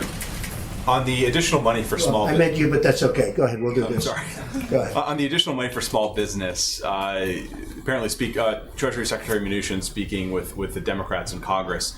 Yeah. Are you allowing? Are you talking about the new? The new $250 billion. $250. Are you willing to give into Democratic demands for additional money for hospitals, states, and cities in that interim round? I'd rather have that be in phase 4. I don't deny it. I think it's fun, but I think it should be in phase 4, and I think we should have infrastructure, and I think we should have a payroll tax moratorium, because that's something that over a period of time the workers get, sort of semi-immediately. It's over that period of time. It starts immediately, but it's over a period of time. I mean, there are a lot of people, I'm one of them, that would have liked to have seen the payroll tax cut as a permanent cut. But we should do the double-edged, meaning business, employee, payroll tax cut. So we're talking about that. And I'm certainly okay with helping the states and helping the hospitals. I just think, because, look, the hospitals need help. You see what they've gone through. And the states need help. Some states in particular need help. They need big help. I'm willing to look at that very strongly, but I like looking at it in phase 4. The 251 is actually... the plan is working out well. The banks are getting started with the distribution. They've taken thousands and thousands of applications. The numbers aren't even believable, the number of applications. They're swamped, but Bank of America and Wells Fargo, and I guess Citibank is just now kicking in. And also what nobody's talking about, the commercial banks, the community banks. Everyone's talking commercial banks. The community banks are doing tremendous volumes. And they're probably doing them faster from what I understand. I hear the community banks, frankly, are the easiest ones in terms of getting the money out.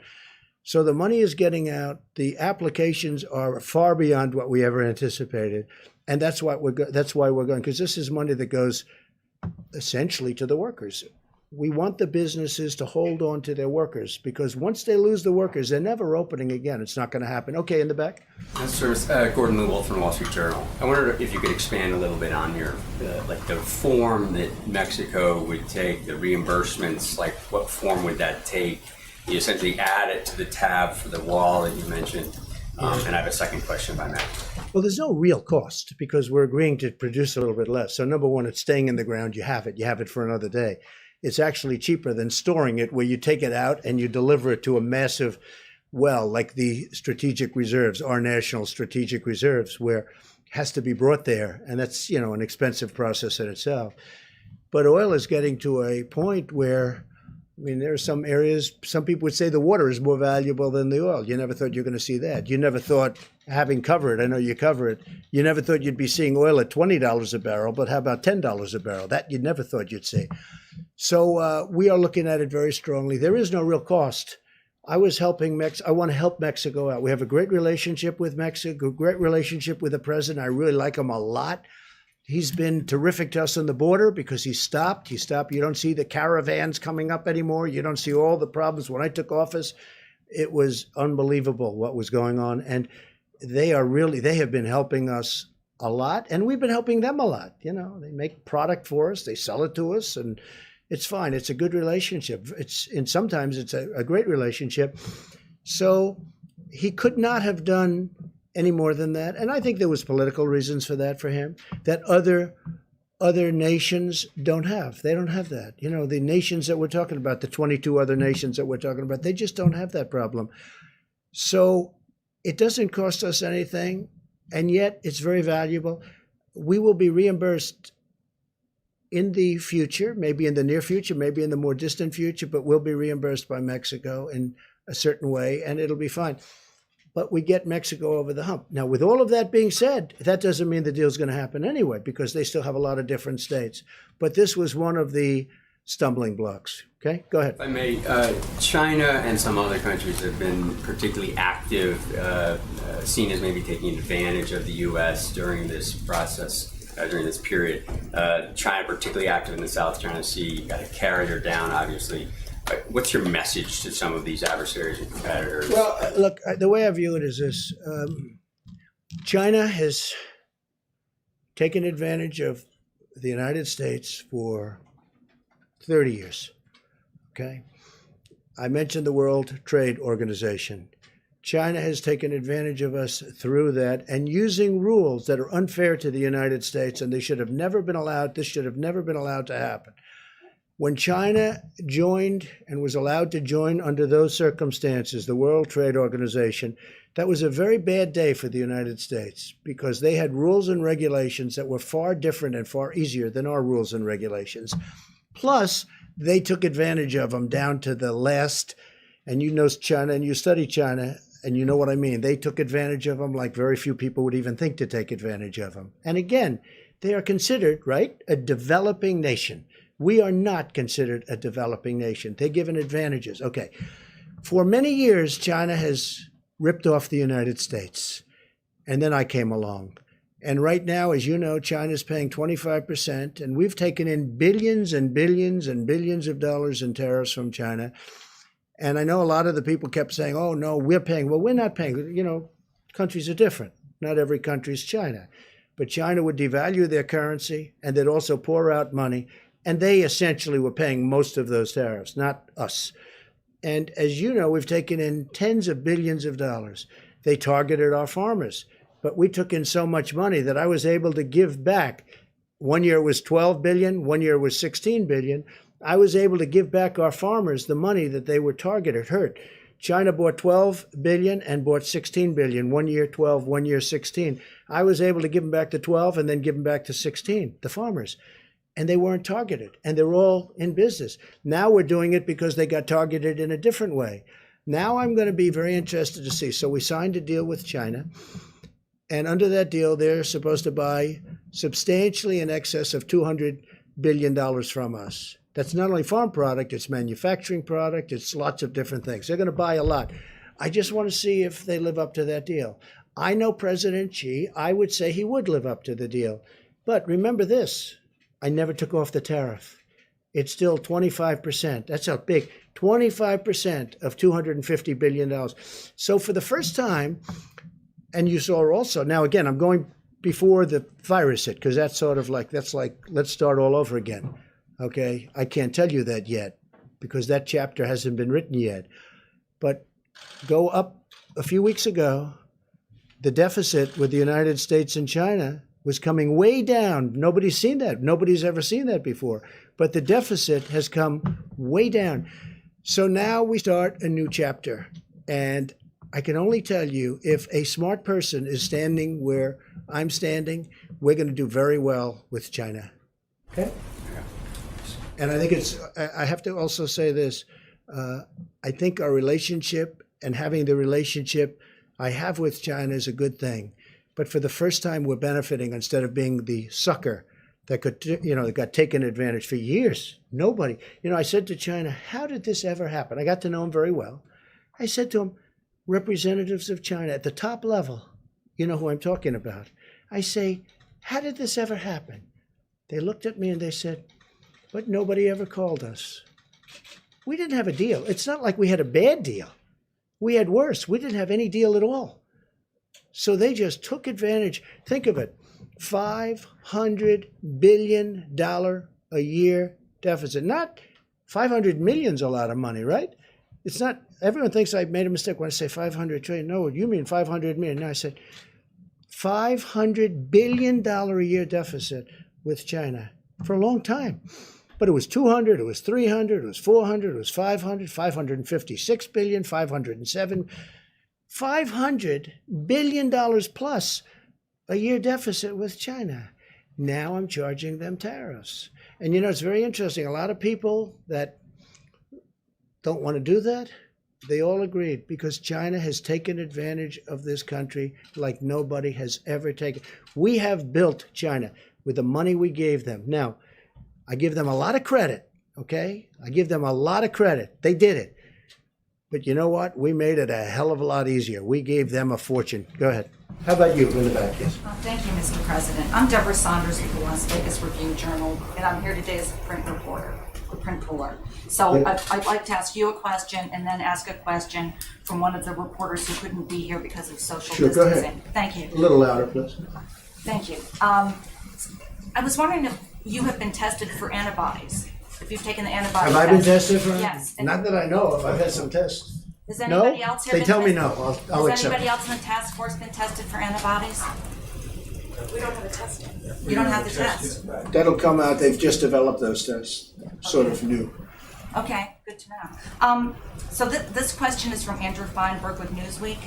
A significant amount of federal aid was made available to Boeing in the recently signed CARES Act relief package. But according to sources, Boeing executives are still planning a round of layoffs. So should Boeing or any company that accepts federal aid to stay in business during this pandemic be penalized for laying off workers after doing so? Yeah. Well, the aid hasn't been given yet, but they will be asking, in my opinion. They haven't even asked yet. Boeing has not asked for aid yet, but I think they probably will. Now, at the same time, they do have to run a company. You know, this isn't a great time to sell airplanes. Let's not kid ourselves, okay? If you're a business person, Boeing makes airplanes. They had a big problem with one, but they make the greatest airplanes. They make the best airplanes in the world. They had the problem with one. They got it too complex. It becomes so complex. You have to be number one in your class at MIT to be able to fly it. It's a mistake. Every 2 years, they want to make it more and more. I mean, they had great success with the 737, the Boeing 737. Then all of a sudden they do the MAX and they say, let's make it more complicated. Let's put on different engines. Let's do this. Let's do that. It was not exactly a good decision. Bad decision. Very bad, horrible decision. Number one, human lives. And number two, horrible what's happened to the company. Here's a company, from a business standpoint, was like probably the greatest company in the world, in my opinion. I think it amounts to 1% of GDP. Some people say it's a half. I think it's 1. But here's one of the greatest companies anywhere in the world, maybe the greatest. And boom. Now, on top of what happened there with the 2 planes, and they say they have that fixed. That's good. They say they have it fixed undisputably. In fact, somebody said, they gave me something. I said, you should say it that way. They said, sir, this is now the safest airplane in the air. I said, that's what you should say. That's a very good statement. It's the safest airplane in the air. That's a very good statement. You should use it. I said, by the way, you're changing the name? But whether you do or not, you should use that. But he said that. A Boeing person said to me, it's the safest airplane in the air. That's a great thing. But we know they're going to need help. Now, does that mean they're going to need help and they should keep people that they absolutely don't need? That business is a very cyclical business, like many businesses, frankly. So that determination hasn't made. They have not spoken to us yet. I think they will be. Maybe they won't need help. That'll be great. Look, Boeing made so much money. Who would have thought they could have made all of those planes that are parked all over the place? In many cases, I guess payments not made. But who would have thought they could do that and they're still a solvent company? Okay? I mean, what a tragic thing happened in numerous ways, but also economically. So when they see us, making sure that Boeing is strong again is very, very powerful and very important, and we'll do whatever is necessary to do. Please. Yeah, thank you. I have a quick one and then a longer one. First of all, have you had a Should we chance- keep this going, everybody? Huh? You're the president. Jim wants to leave. No. Keep it going for a while, yes? I mean, we have time if you want. You're not going to criticize me that the conference was too long? You know, if I leave short, yesterday I left short. It was too short. If I stay too long, they say it was too long. Someday we're going to get it just right. Okay. Should we continue? Should we continue? Yes? Well, at least answer my questions. Yeah. Okay, let's, at least for your question. Have you had a chance to speak Not to... a bad boy. Have you had a chance yet to speak to Boris Johnson since he came? I have not. No, I have a call just to wish him well to his group. No, I don't want to be calling him now. I want him to get better. He's a great guy. He's become a friend of mine, a real friend of mine. You know, he has a great feeling for our country. Obviously for his country, he loves it. He's a tremendous guy.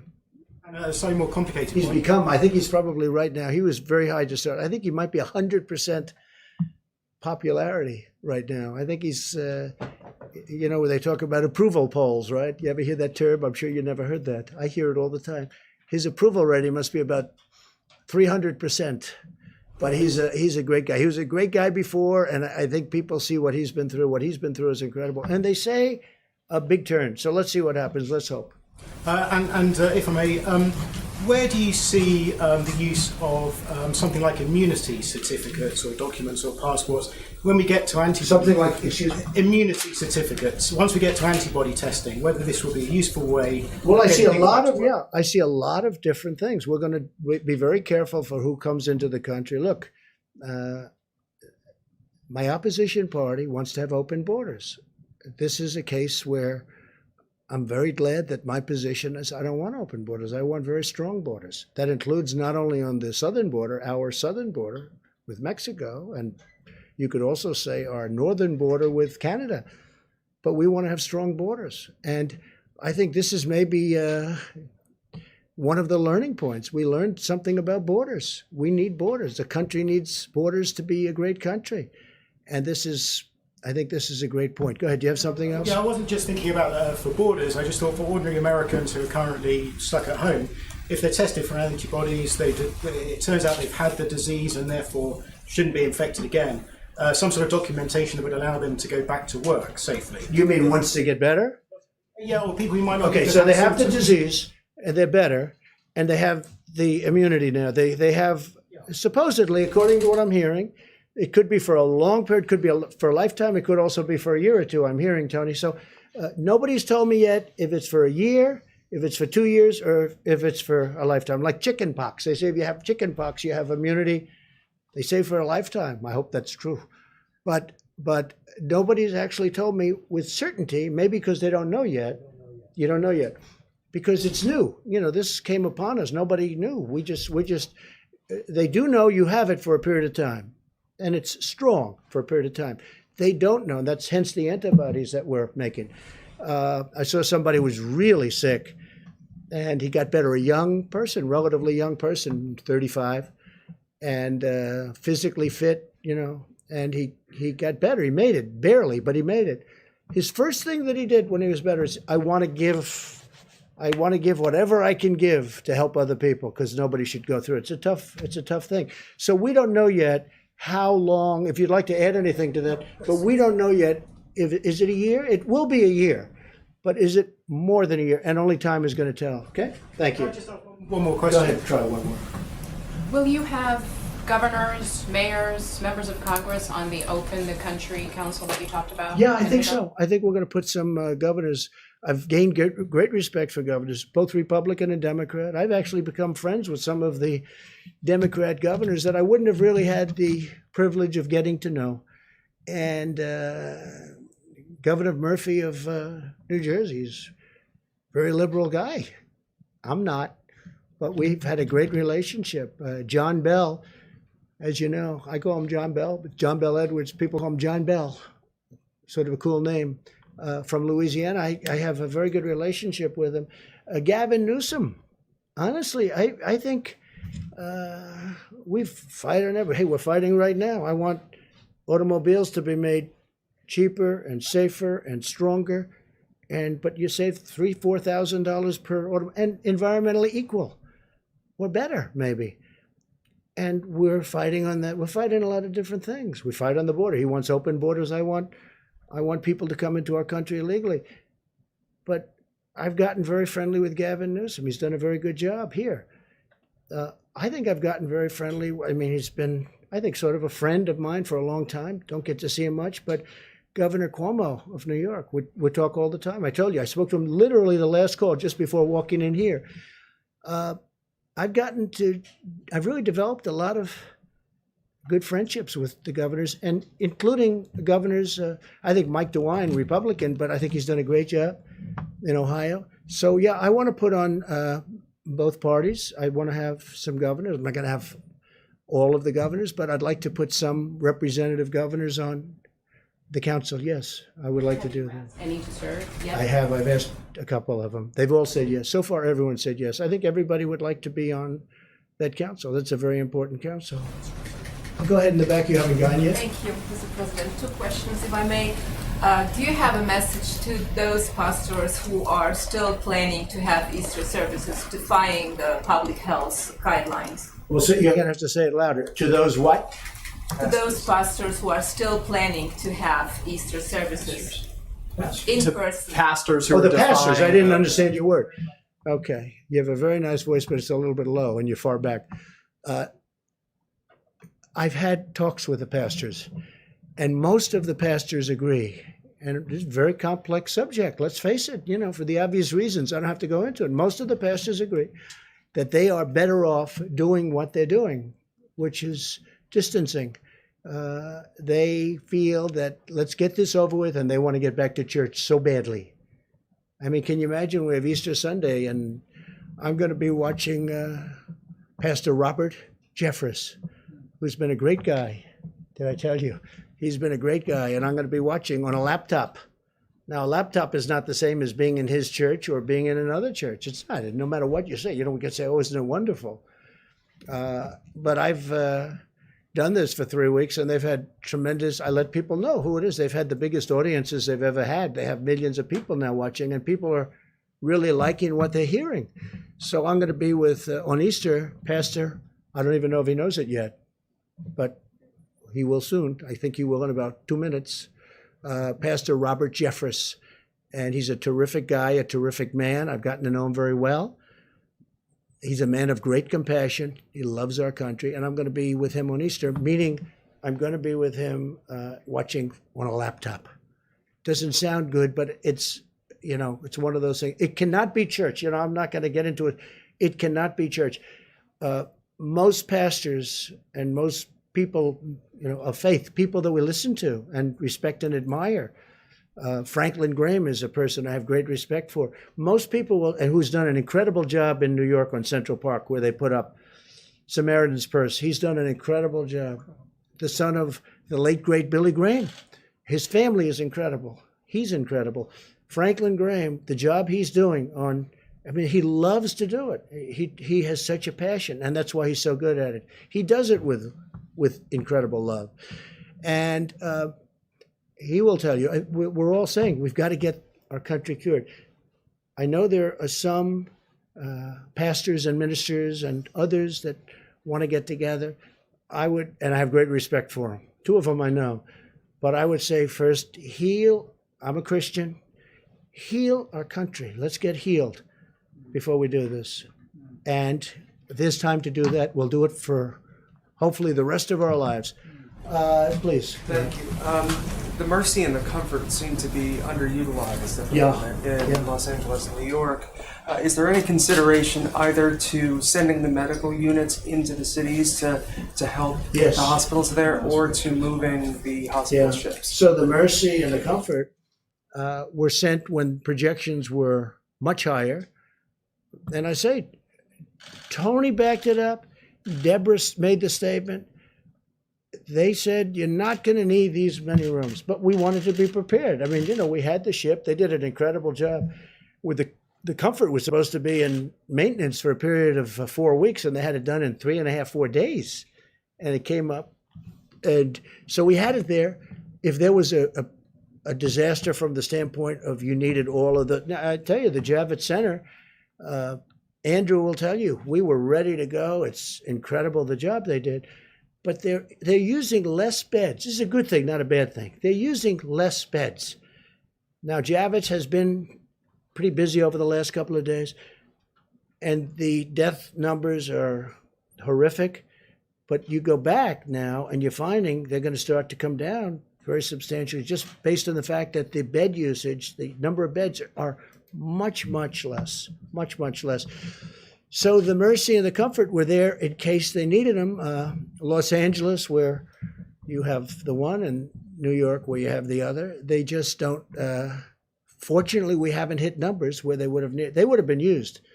They're always going to be sort of overflow because they're on the edges. You know, they're not as convenient as certain places, but the people were ready, willing, and able. They were ready to go. They were going to do a great job.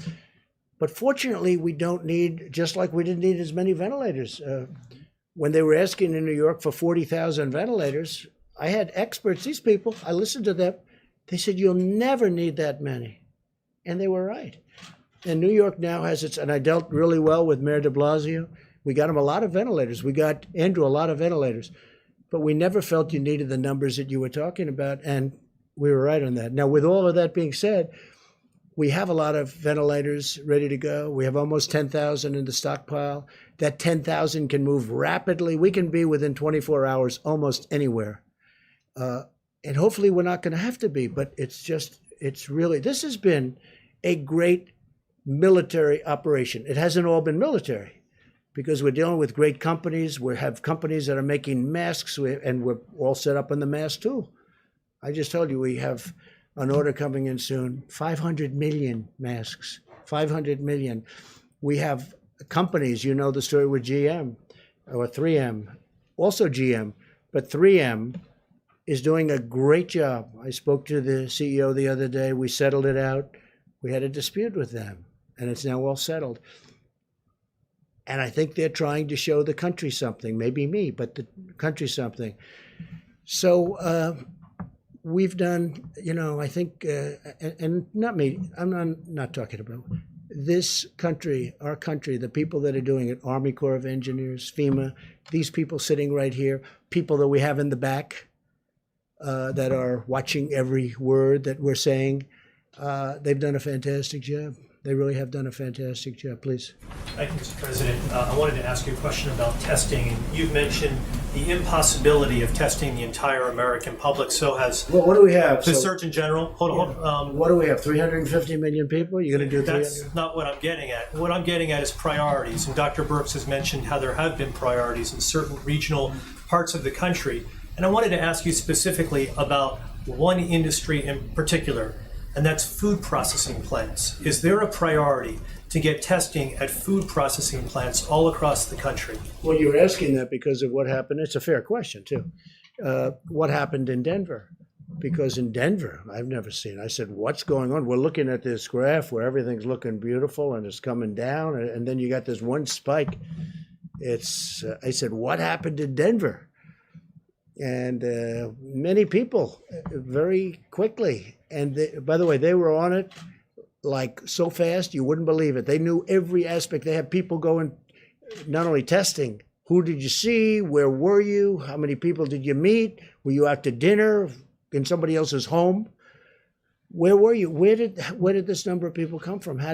They are totally on it. Now, this just happened. I just saw it this morning. I'm looking at everything smooth, going down, topping out. Then you have this one spike in Denver. It's like, where did this come from? So we'll be looking at that, and we don't want cases like that happening. This is the kind of thing can happen. This is very complex. This is a very brilliant enemy. It's a brilliant enemy.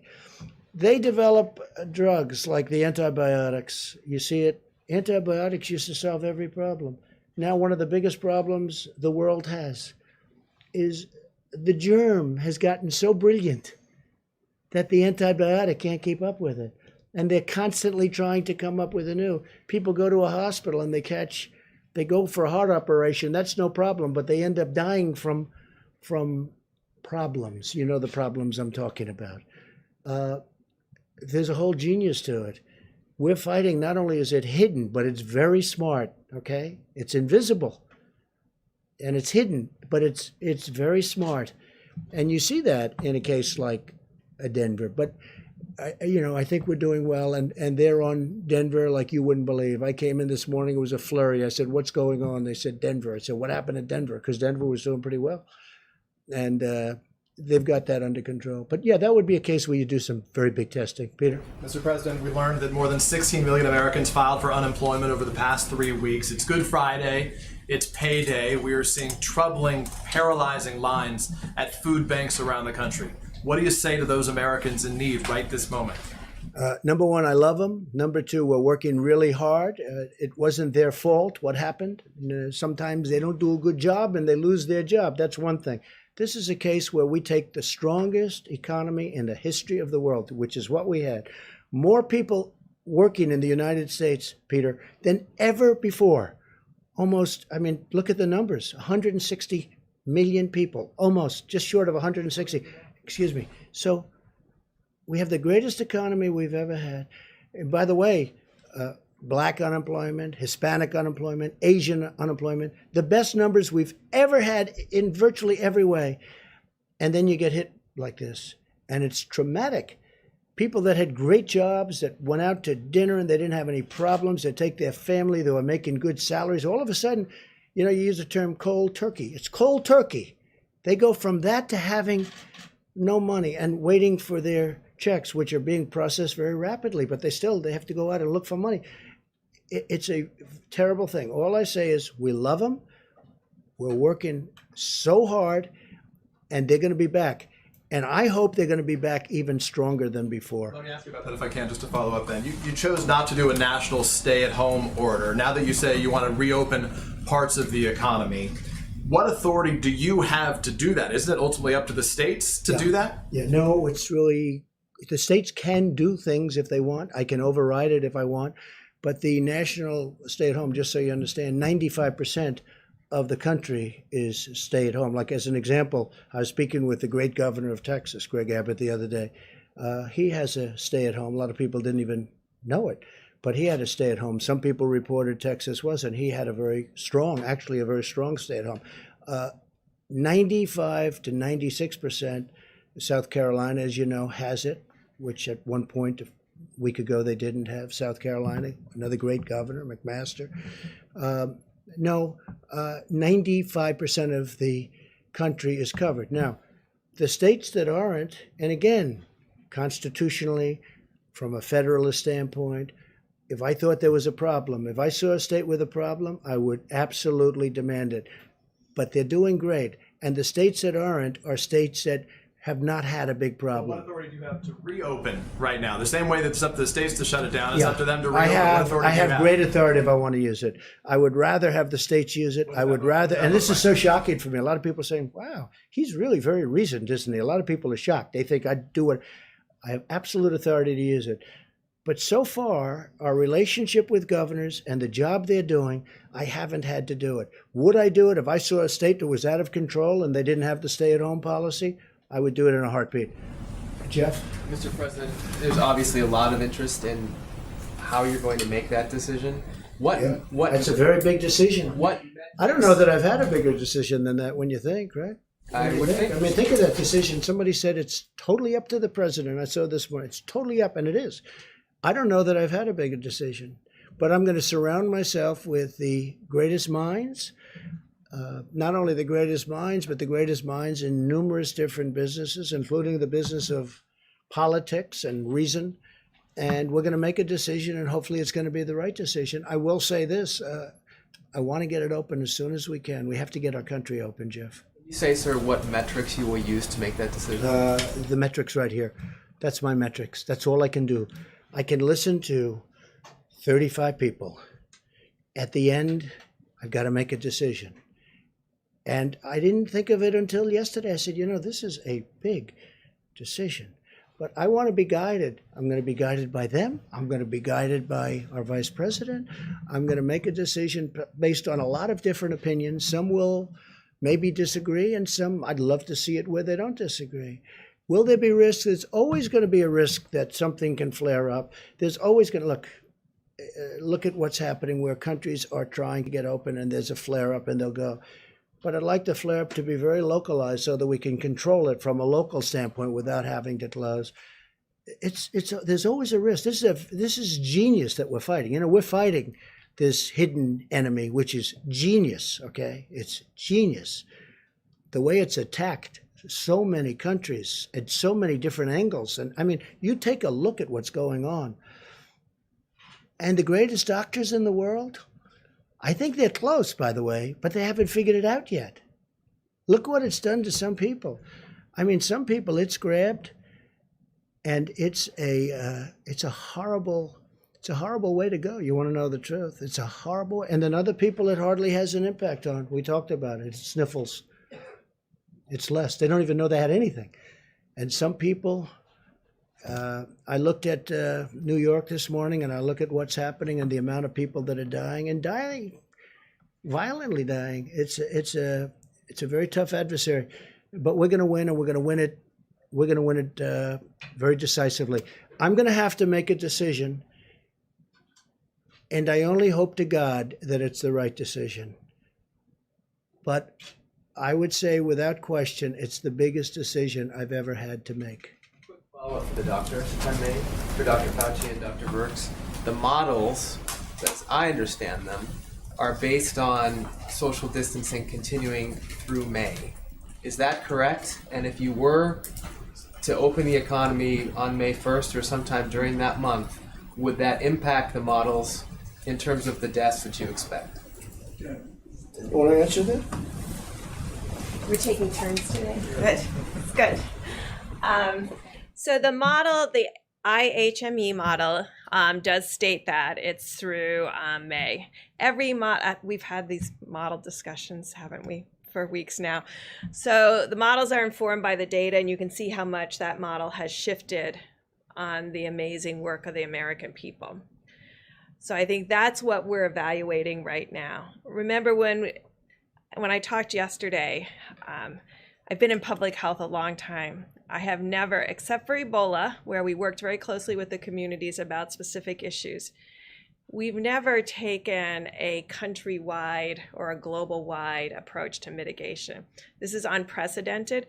I will tell you there is nothing in the literature about specifically what to expect, and I think that's why the models continue to modify themselves based on what actually has happened with social distancing and hand washing and all of the pieces that the American people are doing, the decreasing, the closing of the bars, the closing of the restaurants, no communal eating. That was thought to be a very big issue in many of the other cultures that went through this virus. So the models continue to evolve based on the impact. And so therefore, it makes it very difficult to interpret each component of social distancing and which ones are absolutely critical. Now, there's a way to do that in multivariate analysis potentially. Now, I want everyone to understand there are states that are testing. There are states that are doing contact tracing. So, I mean, I think sometimes we get, we look at what New York is doing and Detroit, and we forget that there's a Utah and a New Mexico and a North and South Dakota and a whole series of states that have been doing testing and contact tracing and have been testing at rates higher than that per capita rate that we all have discussed. So we're looking at that. What did they do? Where are the most vulnerabilities? Where are the outbreaks most likely to occur? And that's why I've been talking about nursing homes, because we do believe that there's a relationship between age and seriousness of disease. Not to say that there can't be young people with serious disease, but proportionally, it's a smaller piece with serious disease. And so when you have that kind of spectrum where the older and the more complicated, the higher the severity, you get the impression that there may be more asymptomatic in younger age groups, and that's where the antibody test comes in. So when you put all these pieces together, you're trying to understand where would be the first signals. So we have surveillance out there right now with the CDC's influenza-like illness. I hope you're all tracking that. It is showing these small changes. I think we can believe in that as a surveillance tool married with their syndromic piece, giving us the insight about where to test and then where to proactively test. And nursing homes and other vulnerable groups, because that has been the signal in a series of the states that have very, very low prevalence and incidence of disease. So that's the kind of factors we're putting all together to really define the best way forward. And we have superb roadmaps. I hope you all have seen them. There's been about 6 different roadmaps to opening that people have put online. And again, there's no literature that you can cite and said, well, we did this 20 years ago and what really worked. There isn't that. There's brilliant public health people giving us their insights. Core of the question is, because those are the models you've been using, if you do go with starting to open up the economy again on May 1st, doesn't that lead to more deaths? Well, look at how much it changed with mitigation. And now we're looking at those state by state, and there's some states in there that are still in contact tracing. So we're looking at the impact of that model and what that model predicted based on the type of contact tracing, less mitigation, more contact tracing. Are you getting what I'm talking about? Okay, so there are states that didn't stay at home orders, but we're doing contact tracing from outbreaks. So we're looking at them and how they have done, and we're looking at certainly what's happened in the big metro areas. And we're integrating all of that data together to make a plan going forward. So I can't tell you, because look at how much the model has changed in just a week. Remember, just a week ago, it was 80,000. Now it's 60,000. So, and the curves, I'm sure you're all watching it, the curves are getting much broader confidence intervals. There is still the dotted line, but the confidence intervals around the dotted line are getting bigger. When you see that, you know the model has a bit of instability. And so that's why Tony and I base a lot of our decision and discussion on cases and what physically is happening in that county and that state. At the same time, not ignoring the models, but integrating the models as one piece of our thought process. Do you want to come up here and say what you think about models? Okay. Dr. Works, can you update something? I just want to say that, you talked about couldn't it lead to death, meaning you open up, could lead to death, and you're right. But you know what? Staying at home leads to death also. And it's very traumatic for this country. But staying at home, if you look at numbers, that leads to a different kind of death perhaps, but it leads to death also. So it's a very big decision. As I say, it's the biggest decision I'll ever make. All right, we'll do a couple of more, we'll go. Thank you. Thank you, Mr. President. Before you came out here, you said one of the last people that you talked to was Governor Cuomo. Yes. And at his news conference today, he said that he was asking you to use the Defense Production Act to require companies to make more tests, to streamline testing. Is that something that you would consider, because you've considered it with ventilators? Well, the other side seems to keep using that, and I have used it. I've enacted it, you do know, and I've used it. Some people thought viciously. Just ask a couple of companies. If you want, you can just look up the names. And I'm surprised that he would have said that. We actually have great tests. We have others under development. You don't need full testing, as the doctors have been talking about ad nauseum. So I would be surprised that he would have said that, meaning it that way. If he did, I'd have a much different type answer. Go ahead. Well, didn't talk about it over the phone. We talked about testing. Yeah, we did talk about testing. And one of the things I did was I put the 2 doctors in charge of that call. I said, you know what, Andrew? I have 2 very talented people standing here. We're getting ready to go on. Let me put them and let me have them talk to you. And they talked to him really at length. And I think by the time they finished, he understood what we were saying. He understood it very clearly. Okay. One more question, please. You've talked a lot this week about holding the World Health Organization responsible for its response to the coronavirus. I'm curious if you've given any more thought to holding China financially responsible for the part that it played and the economic toll that it's taking on the American people. Yeah, I understand the question very well. Look, nobody has done to China or treated China as strongly as I have. Use the word strongly. As you know, you've reported on it. Billions and billions of dollars is flowing into our treasury because of what I've done with China. I think it's a very sad thing that happened. And I think if people knew, including the World Health Organization, and I do believe they knew but they didn't want to tell the world. And we're going to get to the bottom of it. And we'll have reports on all of this, and we are not happy about it. But I wanted to leave the World Health for later. And I can tell you that we're constantly in touch with China. We're talking to China. And we've expressed how we felt. We're not happy about it. We're not happy about it at all, Kristen. Okay, one or two more. Yeah, Jim. Mr. President, we hear from a lot of people who see these briefings as sort of happy talk briefings. And No happy talk today. And some of the officials paint a rosy picture of what is happening around the country. If you look at some of these questions, do we have enough masks? No. Do we have enough tests? No. Do we have enough PPE? No. Why would you say no? Do we have enough medical equipment? The answer is equipment? yes. I think the answer is yes. Who said no to that? I'm saying this. No, is you're saying no. But who said no? But you asked me, do we have enough masks? We hear from Yes. doctors. We hear from No, you health didn't say experts. that. You said, do we have enough masks? Does the country? Yes. Do we have enough tests? Yes. Plus, we're developing new tests. Do we have enough? Do we have enough ventilators? Yes. Do we have enough hospital beds? Yes. We've built 20,000 hospital beds. We have enough hospital beds. Go ahead, Jim. Let's go. Well, what do you say to? I mean, you watch the coverage. You know what I You're say? watching a lot of the coverage. Well, a lot of it's These fake news. doctors. No. A lot of it's not- fake news. A lot of it's fake news. Let me just when tell the you. doctors and the medical the experts governors, come on our air the and governors say that reported. we don't have enough tests, we don't have enough The governor, masks. yeah, depending on your air, they always say that because otherwise you're not going to put them on. Let me just tell you something. The governors have said last night, they had a group of governors, 14 governors, they were together someplace, and they said, it's been unbelievable what's happened. We've been totally responsive.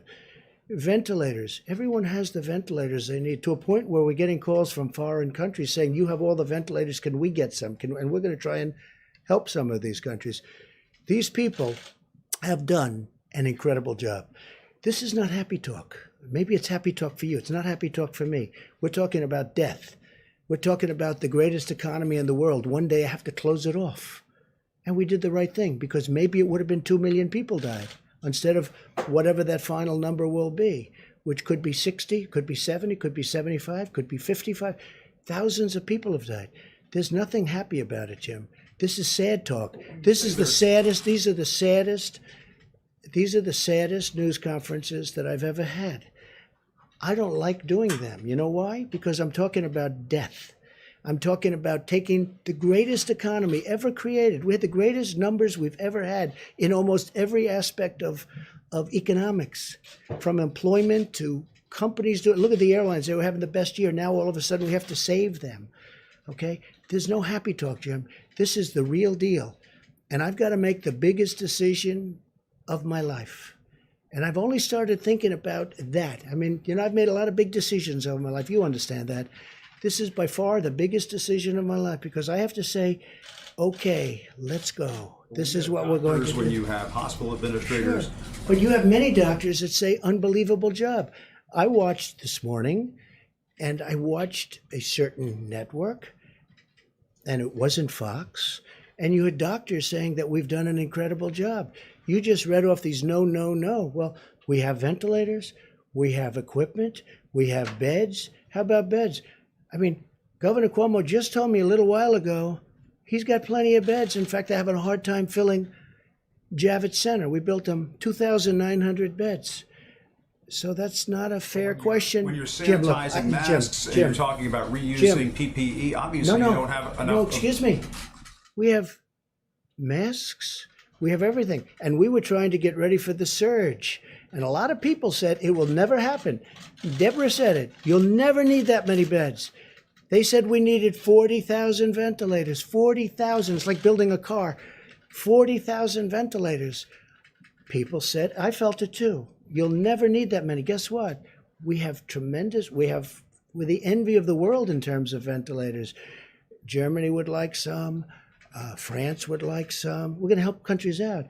Spain needs them desperately. Italy needs them desperately. Mexico needs them desperately. He asked me last night, would it be possible to get 10,000 ventilators? Within a short period of time, I'll be able to help out Mexico.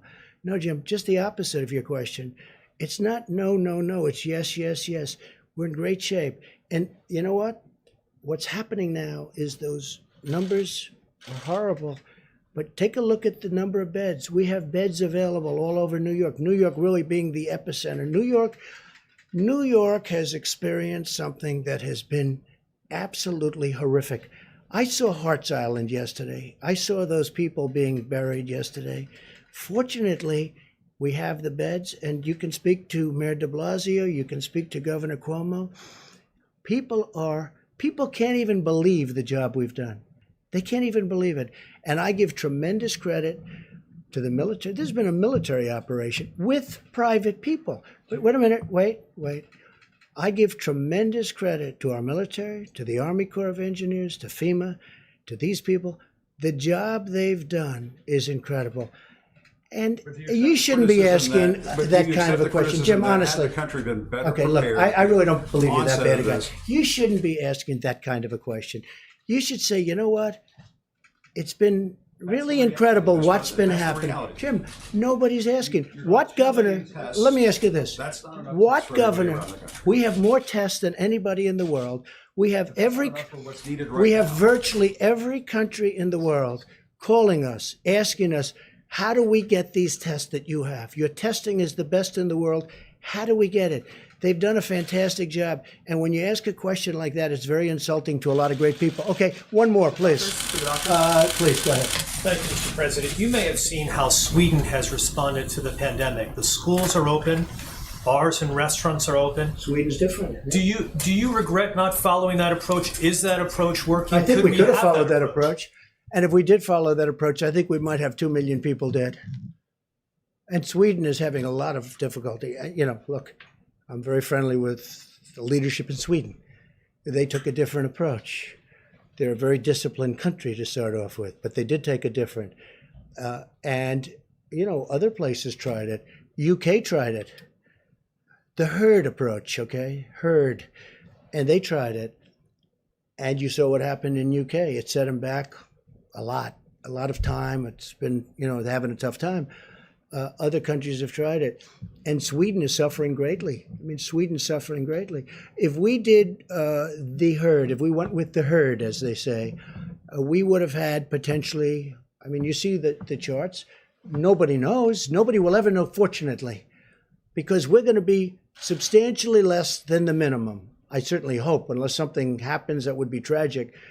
So they had a minimum number. If one of the reasons we're so far below that number is because nobody thought the American people could be so disciplined.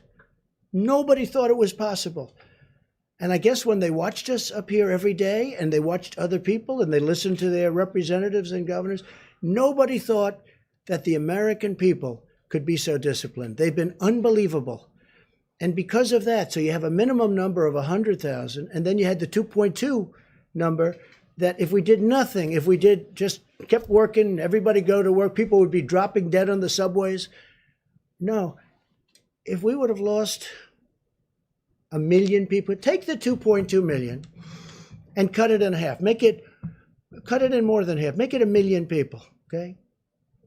Now take that number and cut it in half. Make it 500,000 people. That's if we did nothing, right? It's unacceptable. It's too many people. So we spent more money on stimulus. Who cares by comparison? You take 2.2, you cut it in half, you cut it in half, you cut it in half, you keep cutting it in half. I don't care what number you choose. 500,000, 400,000. Well, we were talking 50, 60, 65, maybe. But if we would have done what one country tried, and it has been very tough for them, you know that, very, very nasty, very tough. But if we would have done that here, and again, you got to remember, UK tried it. And I was a little surprised, and I watched it. They were going about, 2 weeks, and they said, we got to stop because they were going to have a whole country infected. So with all of that being said, we got to get back to work. We got to get our country open. But we could have lost 2 million people. We could have lost 1 million people. We could have lost 500,000 people. If we would have lost 500,000 people. Now, I'll say this also. From the standpoint of being president and vice president, and we're up there and we're doing that herd and we're going to bullet through it. Do you honestly think people like Jim and yourself and other people Jeff would have put up with it? as people are dying all over, they would have said, this man is crazy. Because the numbers, Tony, at a minimum, would have been many, many times greater than the numbers we're talking about. So I'm very honored by our decisions, all of us. We talk about it all the time. I said, you want to let him you just ride it. You just ride it right through. We would have lost potentially millions of people. No, it would have been unsustainable. It would have been impossible to do. And the American people have been so disciplined. It's been my honor to be their president. I've said it before. I'll say it again. I'll say it always. It's been my great honor to have been their president. And I have a big decision coming up. And I only hope to God that it's the right decision. But it'll be based on the input from a lot of very talented people, very smart people, and people that love our country. Thank you all very much. Thank you. Thank you. Thank you.